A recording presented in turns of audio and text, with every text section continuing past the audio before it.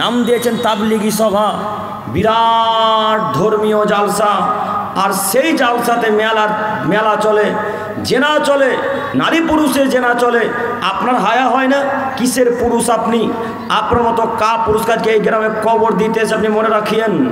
আপনার মতো কা পুরুষকে হাদিস কোরআন দিয়ে এই গ্রামে কবর দিতে এসে আপনি মনে রাখিয়েন।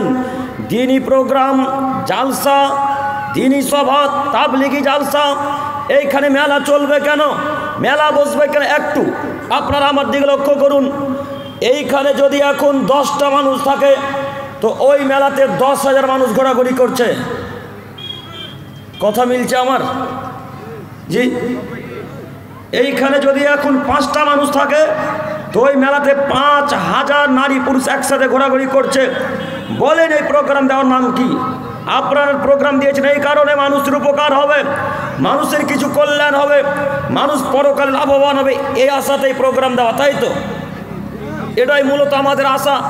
কিন্তু যত পুরুষ নারী সব তো এখন মেলাতে আড্ডা মারে, জেনাতে ব্যস্ত, এদেরকে আপনি কিভাবে ঠকাবেন? একটু আজকে যদি এই দোকানগুলো না বসতো, আজকে যদি মেলাগুলো না থাকতো, তাহলে যত লোক, যত নারী মেলাতে ঘোরাঘুরি করছে এরা সবাই আজকে এই জালসার স্থানে বসার চেষ্টা করত, তাই না? সবাই জালসার স্থানে বসার চেষ্টা করত। কিন্তু বড় দুঃখ লাগে, প্রায় জালসাতেই মেলা চলে, প্রায় জালসাতেই দোকান বাজার বসে, প্রায় জালসাতে নারী পুরুষের জেনার আড্ডাখানা চালু করে দেয় এই কমিটির লোকেরা। যদি কমিটির লোক দোকানকে বাধা দেয় তাহলে এই নারী পুরুষ একসাথে জেনা করতে পারবে না। আব্দুল করিম সাহেব, আপনি জেনার বিষয় বলতে এসেছেন। জি, বিষয় জেনা বেঁধেছেন, এই জন্য আপনাকে বলতে চাচ্ছি, ওই যে আপনার ছেলে আজকে ফুচকা খাচ্ছে, আপনার মেয়ে ফুচকা খাচ্ছে, দুইজন পাশাপাশি একসাথে ফুচকা খাচ্ছে, একটু বলেন দেখি আপনার কন্যাকে একজন ছেলেও ধাক্কা মারেনি আজকে?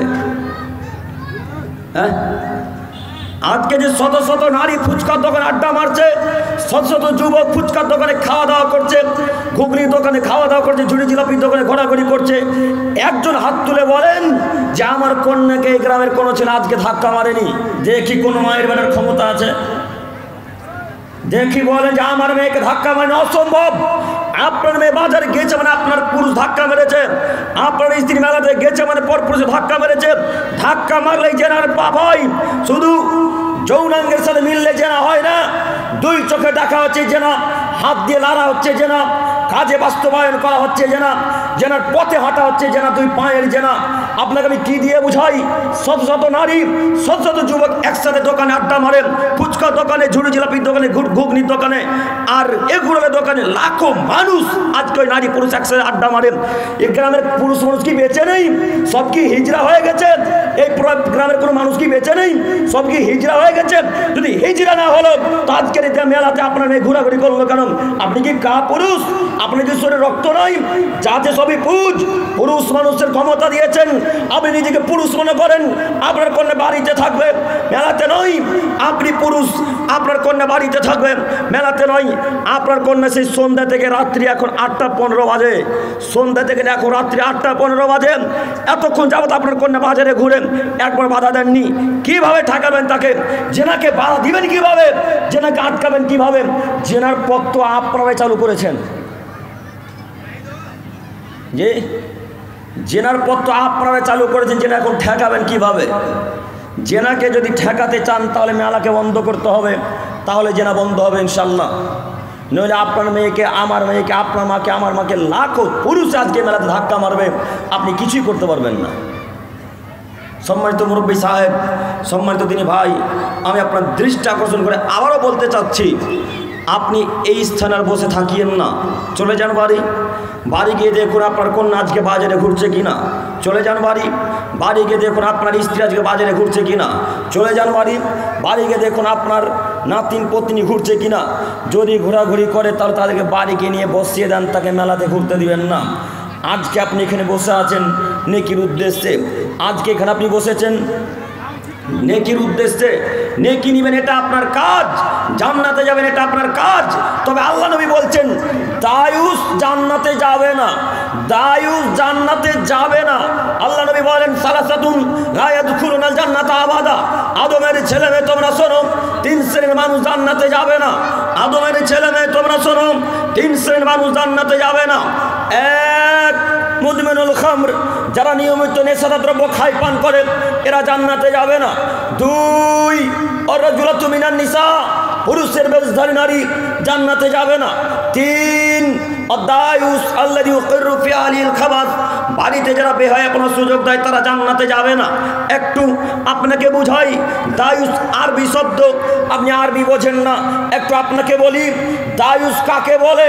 দায়ুস হলো ওই সমস্ত পরিবারের গার্জেন, দায়ুস হলো ওই সমস্ত পরিবারের গার্জেন যেই সমস্ত পরিবারের কন্যারা, যেই সমস্ত পরিবারের স্ত্রীগণেরা আজকের মতো মেলাতে ঘোরাঘুরি করছে, এদের পরিবারের যত গার্জেন, বাপ ভাই, এরা সব দায়ুস। কথা বুঝতে পারেননি? বাণী আমার নয়, বাণী আজ থেকে 1450 বছর পূর্বে মোহাম্মদ সাল্লাল্লাহু আলাইহি সাল্লাম বলেছেন। আজ ওই হাদিস গ্রন্থে পড়ে আছে। আল্লাহ নবী বলছেন 3 শ্রেণীর মানুষ জান্নাতে যাবে না। তার 1 শ্রেণীর মানুষ দায়ুস, যে বাড়িতে বেহায়াপনার সুযোগ দেয়। আব্দুল করিম ভাই, বেহায়াপনার সুযোগ মানে আর একটু ক্লিয়ার করে বলেন। জি, ক্লিয়ার করে বলার জন্য এই ফারাক্কা ঘোড়ায় পাড়াতে এসেছি। একটু আপনারা আমার দিকে তাকান। আজকে যত পুরুষের কন্যা, আজকে যত পুরুষের মা, আজকে যত পুরুষের স্ত্রীরা মেলাতে ঘোরাঘুরি করছে, ফুচকার দোকানে আড্ডা মারছে, যেখানে সেখানে যারা আড্ডা মারছে, এরা সব দায়ুস, এরা সব দায়ুস, এরা সব দায়ুস। এরা জান্নাতে যাবে না বলে মুহাম্মদ সাল্লাল্লাহু আলাইহি সাল্লাম আজ থেকে 1450 বছর পূর্বে ঘোষণা করেছেন। হিসাব নিকাশ করে চলিয়েন। আপনাকে আবার অনুরোধ করছি, একটু হিসাব নিকাশ করে চলিয়েন। আপনাকে আমি আবার অনুরোধ করছি, আপনি 5 ওয়াক্ত সালাত আদায়কারী ব্যক্তি, কিন্তু আপনার কন্যা এখনো মেলাতে ঘুরছে। আপনি তাহাজ্জুদ গুজার ব্যক্তি, আপনার স্ত্রী এখনো এগুলোর দোকানে, ফুচকার দোকানে আড্ডা মারছে। কেমন সালাত আদায় করলেন? দায়ুসের খাতা থেকে কিভাবে নাম কাটাবেন? দায়ুসের খাতা থেকে যদি নাম কাটাতে হয়, তাহলে আজকে এখান থেকে উঠে গিয়ে বাড়িতে দেখতে হবে কার কন্যা বাড়িতে আছে আর কার কন্যা মেলাতে ঘুরছে। কথা আমার আপনারা বুঝতে পারেন না মনে হয়। কথা বুঝতে পারছেন কি? দায়ুসের খাতা থেকে নাম কাটাতে হলে এখন কি করা লাগবে বলেন দেখি? এখন বাড়ি চলে যাওয়া লাগবে। বাড়ি চলে গিয়ে দেখতে হবে আমার মেয়ে বাজারে ঘুরছে না বাড়িতে আছে। যদি বাজারে ঘুরে, তাহলে তাকে ধরে রহিমত দাঁত ভেঙে দেবো একেবারে। মেলাতে ঘুরছিস মানে? কে তোকে সাহস দিয়েছে তুই মেলাতে ঘুরবি মানে?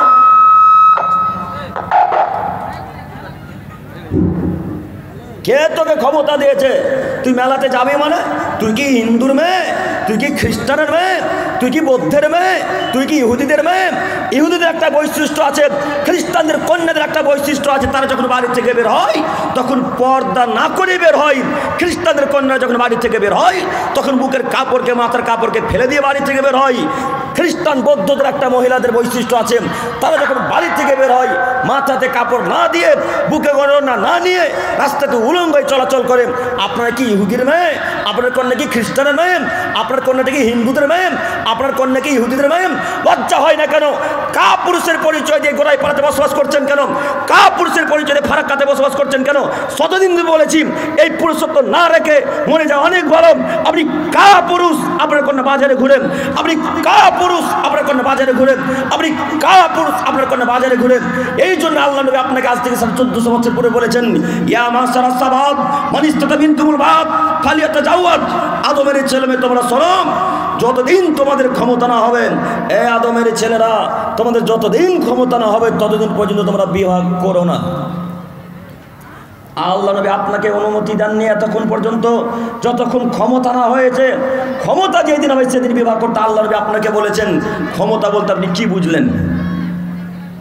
ক্ষমতা বলতে কি বুঝলেন বলেন দেখি? ক্ষমতা বলতে শুধু বুঝলেন যে 20,000 টাকা মাসে ইনকাম করছি, তাই? জি।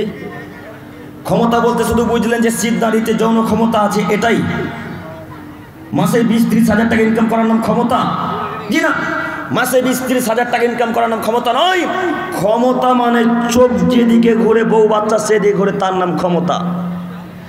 চোখ যেদিকে ঘুরবে বউ বাচ্চা সেদিকে ঘুরে, তার নাম ক্ষমতা। কেমন ক্ষমতা দেখান? আপনার মেয়ে এখনো বাজারে ঘুরছে, আমার মেয়ে এসেছে? আপনার কন্যা এখন জেনা করছে বাজারে, আমার কন্যা এসেছে? আমি জঙ্গিপুর থেকে আমার মেয়েকে জেনা করতে এসেছি? আমার মেয়েকে জেনা করতে এখানে নিয়ে আসেন। আপনার মেয়ে এখন বাজারে আছে, ঠেকাবে কি? আমি জন্ম দিবেন আপনি ঠেকাবো? আমি জন্ম দিবেন আপনি বাধা দিতে আসবো? আমি জঙ্গিপুর থেকে? জি না, অসম্ভব, কখন নহে। আপনাকেই ঠেকানো লাগবে। আপনি জন্ম দিয়েছেন, আপনি পিতা, আপনাকেই বলতে হবে আম্মু আজকে ফারাক্কা ঘুরে বেড়াতে জালসা হবে আম্মু, দূর দূরান্ত থেকে ওলামায়ে কেরামগণ আসবে, অনেক লোক প্রোগ্রাম শুনতে আসবে, জালসা শুনতে আসবে, হাদিস কোরআন আলোচনা শুনতে আসবে আম্মু। অতএব তুমি আম্মু বাড়ি থেকে বের হও না আম্মু। আর যদি বেরোতে হয় তো তুমি বোরখা পরে সুন্দর করে চাদর গায়ে দিয়ে হিজাব লাগিয়ে তোমাদের যে নির্দিষ্ট জায়গা করা আছে সেখানে গিয়ে বসিও আম্মু। এই বাক্য আপনাকে বলতে হতো, একবারও বলেননি। বেহায়ার মতো কাপুরুষের মতো জালসার স্থানে চলে এসেছেন আর কন্যাকে জেনা করতে দিয়ে এসেছেন। বলেন, এরপরে যদি আপনার লজ্জা না হয়, আপনার যদি খারাপ না লাগে, আপনাকে আমি কী দিয়ে বুঝাবো বলেন? আপনারা আমাকে 4টা থেকে 5টা বিষয় বেঁধে দিয়েছেন, তার মধ্যে একটা হচ্ছে জেনা। যদিও আমার বিষয় এতক্ষণ জেনা সম্পর্কে বলার ভেবেছিলাম শেষের দিকে বলবো, তবু বক্তব্যের গতিতে এমন জায়গাতে চলে আসলাম জেনার কথা বলতে প্রথমে বাধ্য হলাম। আবারও শুনুন, আপনাকে আমি বলতে চাচ্ছি, আপনার কন্যা যদি জেনা করে, আপনার কন্যা যদি আজকে পাপ করে, আপনার কন্যার যে পাপ হবে আপনার সেই সমপরিমাণ পাপ হবে। কেন? আপনি আপনার কন্যাকে বাধা দেননি, আম্মু আজকে মেলাতে যেও না। কথা আমার আপনারা কি বুঝতে পারছেন? কথা বুঝতে পারছেন না? আচ্ছা, এবার আপনারা আমার দিকে তাকান, জেনা কিভাবে হয় একটু দেখাই। মুহাম্মদ সাল্লাল্লাহু আলাইহি সাল্লাম বললেন, 3 শ্রেণীর মানুষ জান্নাতে যাবে না। তার এক শ্রেণীর মানুষ আর-রাজুলাতু মিনান নিসা, পুরুষের বেশধারী নারী। পুরুষের জুতা স্যান্ডেল পরে যেই মহিলারা, তারা জান্নাতে যাবে না। আর-রাজুলাতু মিনান নিসা, পুরুষের বেশধারী নারী যারা, তারা জান্নাতে যাবে না। আব্দুল করিম ভাই, পুরুষের বেশধারী নারী মানে একটু বুঝিয়ে বলেন, আমরা গ্রামের মানুষ বুঝতে পারি না। জি, পুরুষের বেশধারী নারী মানে যে সমস্ত নারীরা পুরুষদের জুতা স্যান্ডেল পরে, যে সমস্ত নারীরা গেঞ্জি জামা পরে, যে সমস্ত নারীরা ওই জিন্সের প্যান্ট পরে, যে সমস্ত নারীরা ঠোঁটে লিপস্টিক লাগিয়ে যে সমস্ত নারীরা রাস্তাঘাটে উলঙ্গ হয়ে চলাচল করে, যে সমস্ত নারীরা বুকের কাপড়কে ফেলে দিয়ে চলাচল করে, যে সমস্ত মহিলারা উপরে একটা গেঞ্জি জামা পরে চলাচল করে, এরা হলো পুরুষের বেশধারী নারী, এরা জান্নাতে যাবে না। এ কথা মুহাম্মদ সাল্লাল্লাহু আলাইহি সাল্লাম বলেন। জরুরি এখানে একটি কথা, জরুরি এখানে একটি কথা, আপনারা যারা পিছনে দাঁড়িয়ে আছেন বসে যান, আমি আপনাকে অনুরোধ করছি, আপনি বসে যান, আপনাকে আমি অনুরোধ করছি, জায়গা যথেষ্ট আছে, একটু আপনি আমার দিকে তাকান। পুরুষের বেশধারী নারী বুঝলেন কাদেরকে বলা হয়। এবার আপনাকে বলি, আপনার যে কন্যাটা কালকে মাধ্যমিক পরীক্ষা শেষ করেছে, গতকালকে মাধ্যমিক পরীক্ষা শেষ হয়নি, গতকালকে মাধ্যমিক পরীক্ষা শেষ করলো, আপনার একটা কন্যা এইচএস দিবে, অর্থাৎ উচ্চ মাধ্যমিকে পড়াশোনা করছে, আর একটা কন্যা কলেজে পড়ে, বিশ্ববিদ্যালয়ে পড়ে, মালদা গৌরবঙ্গ কলেজে পড়াশোনা করে, আরও ইত্যাদি ইত্যাদি অনেক জায়গাতে পড়াশোনা করে। এই কন্যাগুলা আপনি চেয়ারে উপস্থিত বাড়ির মেন গেটে বসে আছেন, একটু আপনাকে দেখাই, এটা মনে করেন মেন গেট, এতটা আপনার বাড়ির দরজা, এই মেন গেটের সামনে আপনি একটা চেয়ার নিয়ে বসে আছেন, আপনি বাড়ির গার্জেন, আপনি বাড়ির গার্জেন মেন গেটের সামনে বসে আছেন, আর আপনার কন্যাটা একটা জিন্সের প্যান্ট পরে, ঠোঁটে লিপস্টিক লাগিয়ে, উপরে গেঞ্জি জামা পরে, চুলগুলোকে ছেড়ে দিয়ে, পুরুষের জুতা স্যান্ডেল পরে ঢং ঢং ঢং ঢং করতে করতে করতে করতে আপনার চোখের সামনে দিয়ে চলে গেল, আপনি বাধা দিতে পারলেন না? আপনার চোখের সামনে দিয়ে একটা জিন্সের প্যান্ট পরা মহিলা নিয়ে আপনারই কন্যা আপনার চোখের সামনে বেরিয়ে চলে গেল, আপনি ঠেকাতে পারলেন না? আপনি কি অন্ধ? আপনি কি কানা? আপনি কি কাপুরুষ? শরীরে কি রক্ত নাই? যা যে সবই পুজ, নিজেকে মুসলমানের বাচ্চা মনে করেন না, নিজেকে খ্রিস্টান মনে করেন, নিজেকে ইহুদি মনে করেন, নিজেকে নাসারা মনে করেন, নিজেকে বৌদ্ধ মনে করেন। হিন্দুদের মহিলারা এভাবে চলাচল করবে, করুক। খ্রিস্টানদের মহিলারা জিন্সের প্যান্ট পরে চলাচল করবে, করুক। ইহুদিদের কন্যারা জিন্সের প্যান্ট পরবে, পরুক। আমি মুসলমানের বাচ্চা মুসলমান, আমার কন্যা জিন্সের প্যান্ট পরতে পারে না। আমি মুসলমান বাচ্চা মুসলমান, আমার কন্যা ঠোঁটে লিপস্টিক দিতে পারে না। আমি মুসলমান বাচ্চা মুসলমান, আমার কন্যা গেঞ্জি জামা পরতে পারে না। আপনি কাপুরুষ তাই আপনার কন্যা জিন্সের প্যান্ট পরেন, আপনি কাপুরুষ তাই আপনার কন্যা জিন্সের প্যান্ট পরেন, আপনি কাপুরুষ তাই আপনার কন্যা জিন্সের প্যান্ট পরেন। কই বলতে পারলেন না, রহিমা জিন্সের প্যান্ট পরেছো বেটি, দাঁত ভেঙে দেবো একেবারে, জিন্সের প্যান্ট খোল, তারপরে কোনো কথা। কই বলতে পারলেন না কেন?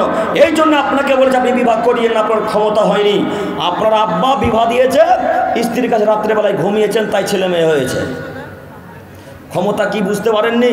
ক্ষমতা মানে রহিমা জিন্সের প্যান্ট পরেছো বেটি, দাঁত ভেঙে দেবো একদম, প্যান্ট খোলো, বোরখা পরো, ঢিলা ঢালা পায়জামা পরো, তারপরে বাড়ি থেকে বেরো, এটা হলো ক্ষমতা, এটা হলো ক্ষমতা। আপনি একদিনও বাধা দেননি। কিসের ক্ষমতা দেখান? কিসের আপনি পুরুষ? কিসের আপনি সুযোগ্য পিতা? কিসের আপনি সুযোগ্য ভাই? আপনার ঠেকাতে পারেন না নিজের কন্যাকে, নিজের বোনকে আপনি সুযোগ্য পিতা, সুযোগ্য ভাই বলে দাবি করেন? মানে অসম্ভব, কখনো নহে।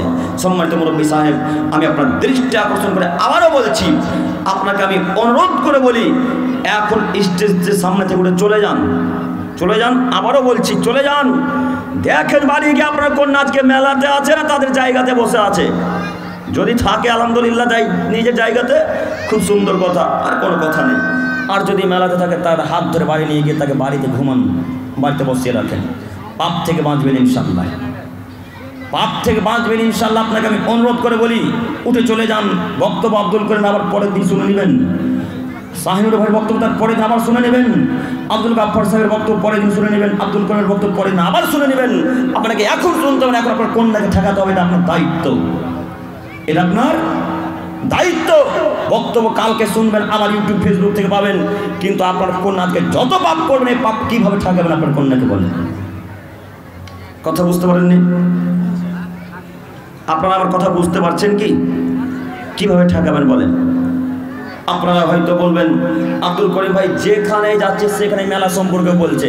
তো আব্দুল করিম যেখানেই যাচ্ছে সেখানে মেলা সম্পর্কে কথা বলছে, তো যদি এতই খারাপ লাগে তো জালসা মেলা দিচ্ছেন কেন বলেন?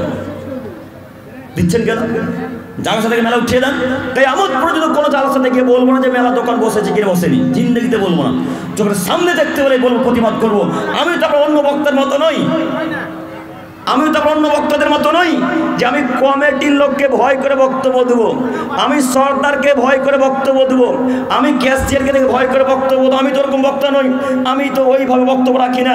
আপনার বক্তা বলছে আমি যদি মেলার বিরুদ্ধে আজকে কথা বলি তো গত বছর আমাকে ডাকবে না, তো আমি তো এই ভয়ে বক্তব্য রাখি না। তাকদীর পৃথিবী সৃষ্টির 50,000 বছর আগে লেখা হয়েছে। কত বছর আগে বলেন দেখি? পৃথিবী সৃষ্টির 50,000 বছর পূর্বে লেখা হয়েছে। সেই তাকদীর, সে ভাগ্যকে বিশ্বাস করি। আব্দুল করিম আজকে ফারাক্কা ঘোড়ায় পড়াতে যদি প্রত্যেকটা মানুষকে কবর দিয়ে চলে যায়, সামনের বছর আবার দাওয়াত পাবে ইনশাল্লাহ। আর যদি আব্দুল করিম কমিটির লোকের মন জয় করে বক্তব্য রাখে, তবু আব্দুল করিমের ভাগ্যে যদি না লেখা থাকে, তো কিয়ামত পর্যন্ত ফারাক্কার সারা পৃথিবীর মানুষ আব্দুল করিমকে ঘোড়ায় পড়ে নিয়ে আসতে পারবে? কেউ পারবে না। এই গতিতে চলি। আপনার হুজুরকে বলেন একদিন দোকানের বিরুদ্ধে কথা বলতে, বলে না কেন? ডাইরেক্ট বলছে আজকে দোকানের বিরুদ্ধে কথা বললে কালকে আর ডাকবে না। আমি তো ওইভাবে চলি না। আল্লাহর উপর ভরসা করি, তাওয়াক্কাল তো আল্লাহ। আপনি বিশ্বাস করুন, যেদিন মেলা বন্ধ করবেন সেই দিন থেকে জিন্দেগি তার মেলার বিরুদ্ধে কথা বলবেন ইনশাল্লাহ, ইনশাল্লাহ। আর আরো একটা কথা শুনুন, আজকে যত যুবক যুবতী পাপ করবে, জেনা করবে, তার সবচেয়ে বড় কারণ হলো মেলা, তাই না? আজকে যদি 10টা নারী পুরুষের জেনা করে, তার বড় কারণ হচ্ছে মেলা। মেলাতে তো লোক আটে না, কে কার হাত ধরে কোন দিকে ঢুকে যাবে কিছু বলতে পারবে? কেউ তো দেখতে পায় না। লাখ লাখ মানুষ, হাজার হাজার মানুষ। আমাদের গাড়ি তো ঢুকছিল না প্রথমে মুখটাতে, এত লোক। এখন তো আরো লোক হবে, রাত্রি 8:30 বাজে। যত রাত্রি যাবে তত লোক বেশি বাড়বে, এটাই স্বাভাবিক। যাই হোক, আমি বলতে চাচ্ছিলাম জেনা, জেনা অতীব একটা বড় মহাপাপ। এই জেনা থেকে বিরত থাকুন। আমি এবার চলে আসছি শিরক। একটু আপনারা আমার দিকে লক্ষ্য করুন। সময় যদি থাকে এই জায়গাতে আবার আসবো ইনশাল্লাহ। তার আগে জরুরি আরো কথা, আপনারা একটা কথা মাথায় রাখবেন, পৃথিবীতে যত আমল আছে, পৃথিবীতে যত ইবাদত আছে, আজকে যদি একটা শিরক করেন তাহলে আপনার সব আমলকে আল্লাহ তাআলা বাতিল করে দিবেন। শিরকের ক্ষমতা, শিরকের ক্ষমতা। প্রসঙ্গ উল্টালাম, 5টা বিষয় দিয়েছেন, কিছুক্ষণ করে বলা লাগবে তো? হ্যাঁ, 4টা না 5টা বিষয় আছে, কিছুক্ষণ করে বলা লাগবে না? কিছুক্ষণ করে বলতে হবে, 5 মিনিট, 10 মিনিট, 7 মিনিট, যেটাই হোক না কেন। একটু মনোযোগ দিয়ে বক্তব্য শ্রবণ করেন, একটু আমার দিকে লক্ষ্য করুন। পৃথিবীতে কিছু কিছু পাপের নিজস্ব ক্ষমতা রয়েছে। পৃথিবীতে কিছু কিছু পাপের নিজস্ব ক্ষমতা রয়েছে। তার একটি পাপ হচ্ছে শিরক। আপনি 65 বছর জীবনীতে, আপনি 60 বছর জীবনীতে অনেক আমল করেছেন। এখন আপনার বয়স 60 বছর, 60 বছর জীবনীতে একটাও শিরক করেননি, একটাও শিরক করেননি। আজকে শিরক করেছেন। 60 বছর জীবনের যত আমল ছিল, একটা শিরক করার কারণে সব আমল আল্লাহ এখন কি করবেন? কথা বলেন, একটু কেটে দিবেন।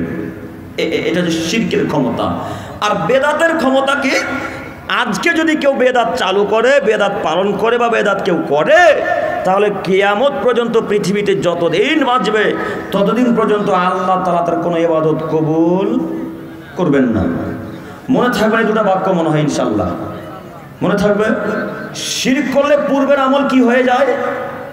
কথা বলেন, একটু কথা বলে, নষ্ট হয়ে যায়। আর বেদাত করলে সামনের কোনো আমল কবুল হবে না। এই বাক্য দুটাকে মাথাতে রেখে পৃথিবীতে চলাচল করবেন। যদি একটা শিরক হয়ে যায় তাহলে আমল বাতিল, আমল বাতিল, আমল বাতিল হয়ে যাবে বলে ঘোষণা করেছেন। একটু আপনারা আমার দিকে লক্ষ্য করুন। মহান আল্লাহ তাআলা বলেন, ওয়াইদ ক্বালা লুকমানু লিবনিহি ওয়া হুয়া ইয়াঈদুহু ইয়া বুনাইয়া লা তুশরিক বিল্লাহ। লোকমান হাকিম একজন সাধারণ মানুষ, খুব জ্ঞানী গুণী মানুষ। লোকমান হাকিম কোনো নবী ছিলেন না, তাই না? লোকমান হাকিম কোনো নবী ছিলেন না। খুব তিনি সম্মানিত মানুষ, খুব তিনি দামি মানুষ, জ্ঞানী গুণী মানুষ। একটা মানুষের কথা আল্লাহ কত পছন্দ করলে কোরআন মাজিদে তুলতে পারেন? একটু আমার দিকে তাকান। একটা মানুষের কথা আল্লাহ কত পছন্দ করলে কোরআন মাজিদে তুলতে পারেন? লোকমান হাকিম তার ছেলেকে উপদেশ দিচ্ছিলেন। এই উপদেশটা আল্লাহর কাছে যে কত ভালো লেগেছে, এই কথাটা যে আল্লাহ কত পছন্দ করেছেন, এই কথাটাকে পছন্দ করার পর আল্লাহ সুবহানাহু ওয়া তাআলা তার কথাটাকে কোরআন মাজিদের মধ্যে পেশ করে সারা পৃথিবীর আদমের ছেলে মেয়েকে বলছেন, এই পৃথিবীর পিতাগণেরা, পৃথিবীর মানুষ, তোমরা তোমাদের ছেলে মেয়েকে এই উপদেশমূলক কথা দিয়ে বলো, তোমরা তোমাদের ছেলে মেয়েকে এই উপদেশমূলক কথা দাও। কি লোকমান হাকিম বলেছিলেন, ইয়া বুনাইয়া, হে আমার আদরের ছেলে, লা তুশরিক বিল্লাহ, তুমি আল্লাহর সাথে কাউকে শরীক স্থাপন করো না। ইন্নাশ শিরকা লাযুলমুন আযীম, নিশ্চয় শিরক পৃথিবীর সবথেকে বড় অপরাধ। লোকমান হাকিম তার ছেলেকে এই উপদেশ দিচ্ছেন। এখানে জরুরি একটি কথা শুনুন। প্রথম বাক্যে বলেছিলাম লোকমান হাকিম নবী নন, একজন সাধারণ মানুষ, জ্ঞানী গুণী মানুষ। তার সম্মান আমার আপনার চাইতে অতীব বেশি। এই দামি মানুষটা তার ছেলেকে বলছেন, আব্বু লা তুশরিক বিল্লাহ, তুমি শিরক করো না বেটা। আব্বু তুমি আল্লাহর সাথে কাউকে শরীক স্থাপন করো না। আব্বু মাজারে সিজদা করো না। আব্বু তুমি হাতে বালা দিও না। আব্বু কান ফোরায়ও না। আব্বু হাতে তাবিজ বালা ধাগা বেঁধো না। আব্বু মাজারে 1 টাকা 2 টাকা 10 টাকা 20 টাকা দান করো না। আব্বু, এই বাক্য কে কাকে বলছেন বলেন দেখি একবার। লোকমান হাকিম তার ছেলেকে বলছেন। লোকমান হাকিম তার ছেলেকে বলতে পারেন, বেটা তুমি হাতে বালা পরো না। লোকমান হাকিম তার ছেলেকে বলতে পারে, আব্বু তুমি কানে দুল পরো না। লোকমান হাকিম তার ছেলেকে বলতে পারে, আব্বু মাজারে সিজদা করিও না। আপনি কি কাপুরুষ? আপনি বলতে পারেন না? আপনার চোখের সামনে আপনার ছেলেটা হাতে বালা পরে আছে, একদিনও নিষেধ করেছেন? একদিন বাধা দিয়েছেন? কিসের বাপ আপনি? কিসের পিতা? আপনার মতো বাপ কাজকে মাটিতে কবর দিতে আপনি মনে রাখিয়েন। আপনার মতো বাপ কাজকে হাদিস কোরআন দিয়ে এই ফারাক্কা ঘোড়াইপাড়ার মাটিতে কবর দিতে আপনি মনে রাখিয়েন। লোকমান হাকিম বলছে, আব্বু তুমি শিরক করো না। লোকমান হাকিম বলছে, বেটা তুমি হাতে বালা পড়ো না, মাজারে সিজদা করো না, মাজারে চাদর দিও না, মাজারে 1 টাকা 2 টাকা 20 টাকা 1000 টাকা 10 টাকা দান করো না। বেটা আপনি বলতে পারেন না? আপনার চোখের সামনে আপনার ছেলেটা হাতে 24 ঘন্টা বালা দিয়ে থাকে, নিষেধ করতে পারেন না? আপনার চোখের সামনে আপনার ছেলেটা কান পরিয়ে থাকে, নিষেধ করতে পারেন না? আপনার চোখের সামনে আপনার ছেলেটা পায়ে কালো ধাগা পরে থাকে, নিষেধ করতে পারেন না? আপনার চোখের সামনে আপনার মেয়েটা হাতে বাহুতে, ডান হাত কিংবা বাম হাতের বাহুতে তাবিজ পরে থাকে, নিষেধ করতে পারেন না? কেমন পিতা শিরক থেকে ছেলে মেয়েকে বাধা দিতে পারেন না? কিসের পিতা ছেলে মেয়েকে শিরক থেকে বাধা দিতে পারেন না? আপনি শিরক থেকে বাধা দিতে পারেন না কেন? বলতে পারেন না কেন? বেটা বালাটা খুলে ফেলে, বেটা এই বালা করলে শিরকের মতো পাপ হয়, বেটা তুমি খুলে ফেলো। একদিনও বলেছেন? বলেননি। বলবেন কিভাবে? আপনি নিজেই যে জানেন না। এখন হয়তো আপনার হাতে বালা আছে, আপনার হাতে তাবিজ আছে, এখন আপনাকে কি দিয়ে বুঝাবো? একটা কথা মনে রাখবেন, যতক্ষণ পর্যন্ত আপনি আল্লাহকে নিজে ভয় না করবেন, যতক্ষণ পর্যন্ত নিজেকে নিজে পরিবর্তন করার আনার না চেষ্টা করবেন ততক্ষণ পর্যন্ত আমি বক্তব্য রাখেন পৃথিবীর যেই বক্তব্য রাখুক পরিবর্তন হবে না। আজকে যদি আপনি মনে করেন আব্দুল করিমের বকার কাজ বকবে, আমি বক্তব্য শেষে লঙ্গি ঝেড়ে বাড়ি চলে যাব, তো কোনো উপকার হবে? কোনো উপকার হবে? কোনো উপকার হবে না। আপনাকে বলছি, কিছুদিন আগে দেখছিলাম ওই ছেলেদের এই পায়ে দেখছিলাম কালো ধাগা বাঁধা ছিল, দেখেননি আপনারা? একটু কথা বলেন, দেখেছেন না? ছেলেদের তো পায়ে ধাগা দেখছিলাম, কন্যাদের পায়ে এখন কালো ধাগা আছে, মহিলাদের পায়ে আছে না? ওর বাপ আবার তাহাজ্জুদ পড়ে।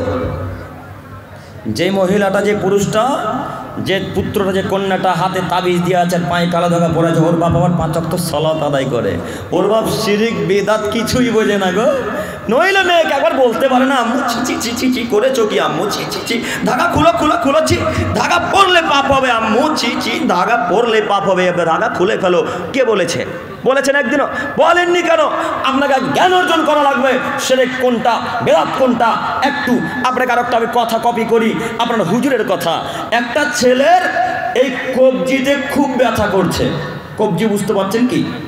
এই কালাই, এই কবজি, এই কবজিটাতে খুব ব্যথা করছে। তো হুজুরের কাছে ফুক দিতে গেছে। হুজুর বলছে, ফুক দিয়ে তো কিছু হবে না, তুমি এক কাজ করো, হাতে কালো ধাগা বাঁধো, তাহলে ব্যথা কমে যাবে। এটা ঘোরার পরে চলে কি নিয়মটা? চলে? চলে না? আলহামদুলিল্লাহ। তবে আপনি মানুষের হাত লক্ষ্য করে দেখবেন, প্রায় ছেলের হাতে দেখবেন কালো ধাগা বাঁধা আছে, থাকে না? একটাই উদ্দেশ্য, কালো ধাগা বাঁধলে নাকি হাতের ব্যথা কমে যাবে। আচ্ছা বলেন দেখি, যাবতীয় অসুখ বিসুখ দূর করার মালিক কে? আল্লাহ। কবজিতে লাগছে, মাথাতে লাগছে, পায়ে লাগছে, কাকে বলবো? আল্লাহকে বলবো। এই ধাগা কি করবে গো? এই বাপটাকে এখন আপনি কি দিয়ে বুঝাবেন? ওই চোখের সামনে, তার বাপের সামনে তার ছেলেটা হাতে কালো ধাগা, ওই বালা, তাবিজ ইত্যাদি ইত্যাদি আরো কত কি যে পরে থাকে, কানে দুল, নাকের দুল। এর বাপ কি একদিনও বাধা দিয়েছে? না, দেয়নি। তাহলে এই লোকটাকে যদি আসলে বাপ বলেন, তাহলে কাপুরুষ বাপ কে? কে কাপুরুষ বাপ বলেন দেখি? সম্মানিত মুরব্বী সাহেব, আপনাকে আমি অনুরোধ করে বলে যাচ্ছি, হাতে কালো ধাগা আজকে থেকে জিন্দেগি তার বাঁধবেন না, ইনশাল্লাহ। ইনশাল্লাহ, ইনশাল্লাহ। তাবিজ ঝুলাবো না, ইনশাল্লাহ, ইনশাল্লাহ। আব্দুল করিম ভাই কেমন কথা বলছেন? আমাদের গ্রামের হুজুর বলে যে তাবিজ বাঁধা যায়, তাবিজ বাঁধা যায়। আব্দুল করিম ভাই কেমন কথা বলছেন? আমাদের গ্রামের হুজুর বলেছে তাবিজ বাঁধা যায়। হুজুর তাবিজ বাঁধা যায় তো বলেছে, তো বলেছেই, হুজুর নিজেই তাবিজ বিক্রি করে। হ্যাঁ, হুজুর নিজেই তাবিজ বিক্রি করে, আর আপনি জোরালো কণ্ঠে একেবারে লোকের সামনে বলে যাচ্ছেন তাবিজ বাঁধা যায়, তাবিজ বাঁধা শিরক। মানে প্রমাণ আছে তো? জি, প্রমাণ আছে। একটু আপনি আমার দিকে তাকান। উকবা ইবনে আমির জুহানী রাদিয়াল্লাহু তাআলা আনহু থেকে বর্ণিত, তিনি বলেন, রাসূল সাল্লাল্লাহু আলাইহি সাল্লামের নিকটে 10টা লোকের একটা দল আসলো। 10টা লোকের একটা দল মুহাম্মদ সাল্লাল্লাহু আলাইহি সাল্লামের কাছে এলো। আল্লাহ নবী সাল্লাল্লাহু আলাইহি সাল্লাম 9 জনের সাথে বায়াত করলেন, একজনকে ছেড়ে দিলেন। একটু আপনারা আমার আওয়াজের দিকে লক্ষ্য করুন। মুহাম্মদ সাল্লাল্লাহু আলাইহি সাল্লাম 9 জনের সাথে বায়াত করলেন, একজনকে ছেড়ে দিলেন। 9 জন ব্যক্তি মুহাম্মদ সাল্লাল্লাহু আলাইহি সাল্লামের নিকটে গিয়ে বললেন, মুহাম্মদ সাল্লাল্লাহু আলাইহি সাল্লাম, আল্লাহ নবী একটু বলেন না, আপনি আমাদের 9 জনের সাথে বায়াত করলেন, ওই লোকটাকে ছেড়ে দিলেন যে? আল্লাহ নবী একটু বলেন না, আপনি আমাদের 9 জনের সাথে বায়াত করলেন, ওই লোকটাকে ছেড়ে দিলেন যে? কেন ছাড়লেন একটু বলেন না? তখন মুহাম্মদ সাল্লাল্লাহু আলাইহি সাল্লাম বলছে, যাও দেখো তার হাতে তাবিজ ঝোলানো আছে, তাবিজ ছিঁড়ে ফেলতে বলো। যদি তাবিজ ছিঁড়ে ফেলে তাহলে আমি মুহাম্মদ সাল্লাল্লাহু আলাইহি সাল্লাম বায়াত করব। এই লোকগুলা মুহাম্মদ সাল্লাল্লাহু আলাইহি সাল্লামের কথা শুনেন লোকটার কাছে গেল। লোকটাকে এই আপনার হাতে তাবিজ আছে? তিনি বললেন, জি হ্যাঁ আমার হাতে তাবিজ আছে। তখন লোকটাকে বললেন, তাবিজ ছিঁড়ে ফেলো, তাবিজ ছিঁড়ে ফেলো, তাবিজ ছিঁড়ে ফেলো। লোকটা তখন ডান হাতকে কিংবা বাম হাতকে বগলের তল দিয়ে ভরে তাবিজটাকে খুলে ফেলে দিলেন এবং মুহাম্মদ সাল্লাল্লাহু আলাইহি সাল্লাম বায়াত করলেন। বলেন দেখি তাবিজ বাঁধা জায়েজ না শিরক? শিরক। মুহাম্মদ সাল্লাল্লাহু আলাইহি সাল্লাম যার হাতে তাবিজ থাকতেন তার সাথে বায়াত করতেন না। এবার আপনার হুজুরকে বলি, ও হুজুর, আপনি যে বলছেন তাবিজ বাঁধা জায়েজ, তো মুহাম্মদ সাল্লাল্লাহু আলাইহি সাল্লাম বায়াত করলেন না কেন? আপনি যে বলছেন তাবিজ বাঁধা যায়, কালো ধাগা বাঁধা যায়, তো মুহাম্মদ সাল্লাল্লাহু আলাইহি সাল্লাম তাবিজ বাঁধতে নিষেধ করলেন কেন?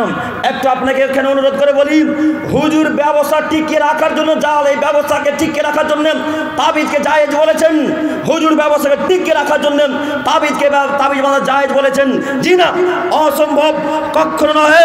তাবিজ বাঁধলেই শিরক হবে, তাবিজ বাঁধলেই শিরক হবে, তাবিজ বাঁধলেই শিরক হবে। দেখি কোন মায়ের বেটা বলতে পারে তাবিজ বাঁধা জায়েজ? অসম্ভব, কখনো নয়। এমন কোন মায়ের বেটার মুখে ক্ষমতা যদি থাকে, এসে বলুক যে তাবিজ বাঁধা জায়েজ। ওকে যদি হাদিস কোরআন দিয়ে ঘোড়ায় পাড়ে মাটিতে ফারাকাতে কবর না দিয়ে দিই, তো আমি আব্দুল করিম ইসলাম জাতির সামনে বক্তব্য দেবো না ইনশাল্লাহ। দেখি কোন মায়ের বেটার ক্ষমতা আছে বলতে পারে তাবিজ বাঁধা জায়েজ? কত বড় হুজুর হয়েছে, অসম্ভব, তাবিজ বাঁধা জায়েজ নয়, তাবিজ বাঁধলেই শিরক হবে, তাবিজ বাঁধলেই শিরক হবে। মুহাম্মদ সাল্লাল্লাহু আলাইহি সাল্লাম বলেন, মান তাআল্লাকা তামিমাতান ফাকাদ আশরাকা। মুহাম্মদ সাল্লাল্লাহু আলাইহি সাল্লাম বলেন, আদমের ছেলেমেয়ে শোনো, তাবিজ বাঁধলেই শিরক হবে, তাবিজ বাঁধলেই শিরক হয়, তাবিজ বাঁধাই শিরক। এই জন্য আপনাকে আমি কঠিন করে বলে যাচ্ছি, এমন কোন মায়ের বেটা বলে না কোনো তাবিজ বাঁধা যাবে, অসম্ভব, কখনো নয়। আপনার হুজুরকে আবার চ্যালেঞ্জ করে যাচ্ছি, আপনার হুজুরকে আবার চ্যালেঞ্জ করে যাচ্ছি। ও হুজুর, বক্তব্য এখন কর্মে না গেলে কিছুক্ষণ পর ইউটিউব ফেসবুক থেকে পাবেন। আপনাকে বলে যাচ্ছি, কত ক্ষমতা আছে বলেন না তাবিজ বাঁধা জায়েজ? অসম্ভব, কিয়ামত পর্যন্ত আপনার সময় থাকলো। মনে রাখবেন, এখানে একটা কথাকে আর এক দিকের কথাকে আমি পেশ করি, যদিও বিষয়টা একটু পরে আছে, 4টা বিষয়ের মধ্যে এই বিষয় এখানে আসছে। ওই কথাটা আপনি যখন হুজুরকে জিজ্ঞাসা করতে যান, হুজুর জর্দা খাওয়া যাবে কি? তখন হুজুর বলে হ্যাঁ যাবে, মাকরু। তো হুজুর কেন মাকরু বলেছে জানেন না?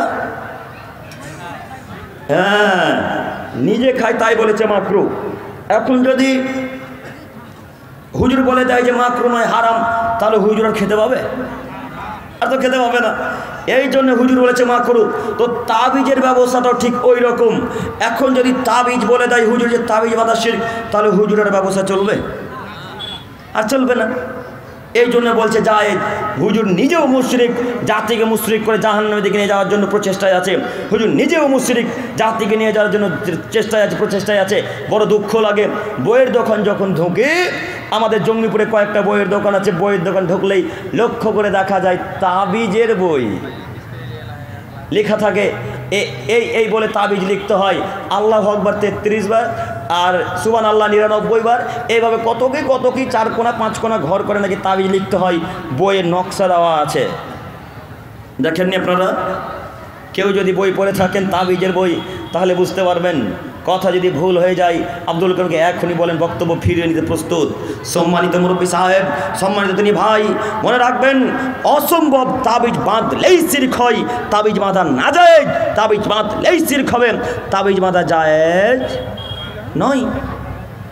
আজকে এই মঞ্চে যত লোকের হাতে তাবিজ আছে, সব তাবিজকে ছিঁড়ে ফেলে দিতে হবে ইনশাল্লাহ। পারবেন না ইনশাল্লাহ? পারবো না ইনশাল্লাহ? যত তাবিজ আছে এখনই ছিঁড়ে ফেলে দেবো ইনশাল্লাহ। বক্তব্যের সাথে মুনাফিকি করবেন, আপনাকে আবারও বলে যাচ্ছি। বক্তব্যের সাথে মুনাফিকি করবেন, আপনাকে আবারও বলে যাচ্ছি। বক্তব্যের সাথে যদি মুনাফিকি করেন, তাহলে জাহান্নামে যাওয়া লাগবে। বক্তব্যের সাথে মুনাফিকি করবেন না। একটু আপনাকে একটা কথা প্রশ্ন করি দেখি তো। আচ্ছা বলেন তো দেখি, ইহুদিরা কোথায় যাবে? জাহান্নামে। খ্রিস্টানেরা জাহান্নামে, হিন্দুরা জাহান্নামে, সাঁওতালেরা জাহান্নামে, বৌদ্ধরা জাহান্নামে, মুসলিম বাদ দিয়ে, ইসলাম ধর্ম বাদ দিয়ে যত জাতি পৃথিবীতে আছে সবাই কোথায় যাবে? কথা বলেন? জাহান্নামে যাবে। কিন্তু এরা জাহান্নামের সব থেকে তলে থাকবে না। আব্দুল করিম সাহেব, সব থেকে তলে কে থাকবে? তুমি আর তোমার বাপ।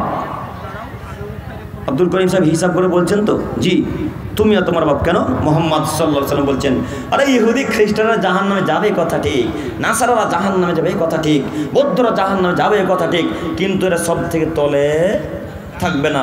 জাহান্নামের অতুল গহ্বর গভীরে যারা থাকবে তারা হলো মুনাফিক মুসলমান, তারা হলো মুনাফিক। মুনাফিক জাহান্নামের সব থেকে গভীর তলে থাকবে। এর তলে থাকবে না খ্রিস্টান, এর তলে থাকবে না ইহুদি, এর তলে থাকবে না অন্য কোনো জাতি। সব থেকে যারা তলে থাকবে তারা হলো মুনাফিক মানুষ। শুনুন, বক্তব্যের সাথে মুনাফিকি করবেন না। আজকে এখানে যত তাবিজ আছে হাতে, ছেলেদের হাতে, মেয়েদের হাতে, প্রত্যেকের তাবিজকে ছেড়ে ফেলে দিয়ে লাথি মেরে পা দিয়ে ডট বলবেন, তাবিজ তোর মুখে লাথি মারলাম, তোর মুখে লাথি মারলাম, তোর মুখে লাথি মারলাম। কিয়ামত পর্যন্ত তুই আমার হাতে, গলাতে, মাজাতে ওঠার সুযোগ আর পাবি না। বলতে পারবেন না মনে হয় ইনশাল্লাহ? বলতে পারবেন না? বলা উচিত, নইলে মনে রাখবেন মোহাম্মদ সাল্লাল্লাহু আলাইহি ওয়াসাল্লামের বাণী, তিনি বলছেন মান তাআল্লাকা তামিমাতান ফাকাদ আশরাকা, যে ব্যক্তি তাবিজ ব্যবহার করলো সে শিরক করলো, যে ব্যক্তি তাবিজ ব্যবহার করলো সে শিরক করলো। অতএব এই শিরকের মতো অপরাধ থেকে বিরত থাকুন। এরপর আয়াত একটু আবার লক্ষ্য করুন।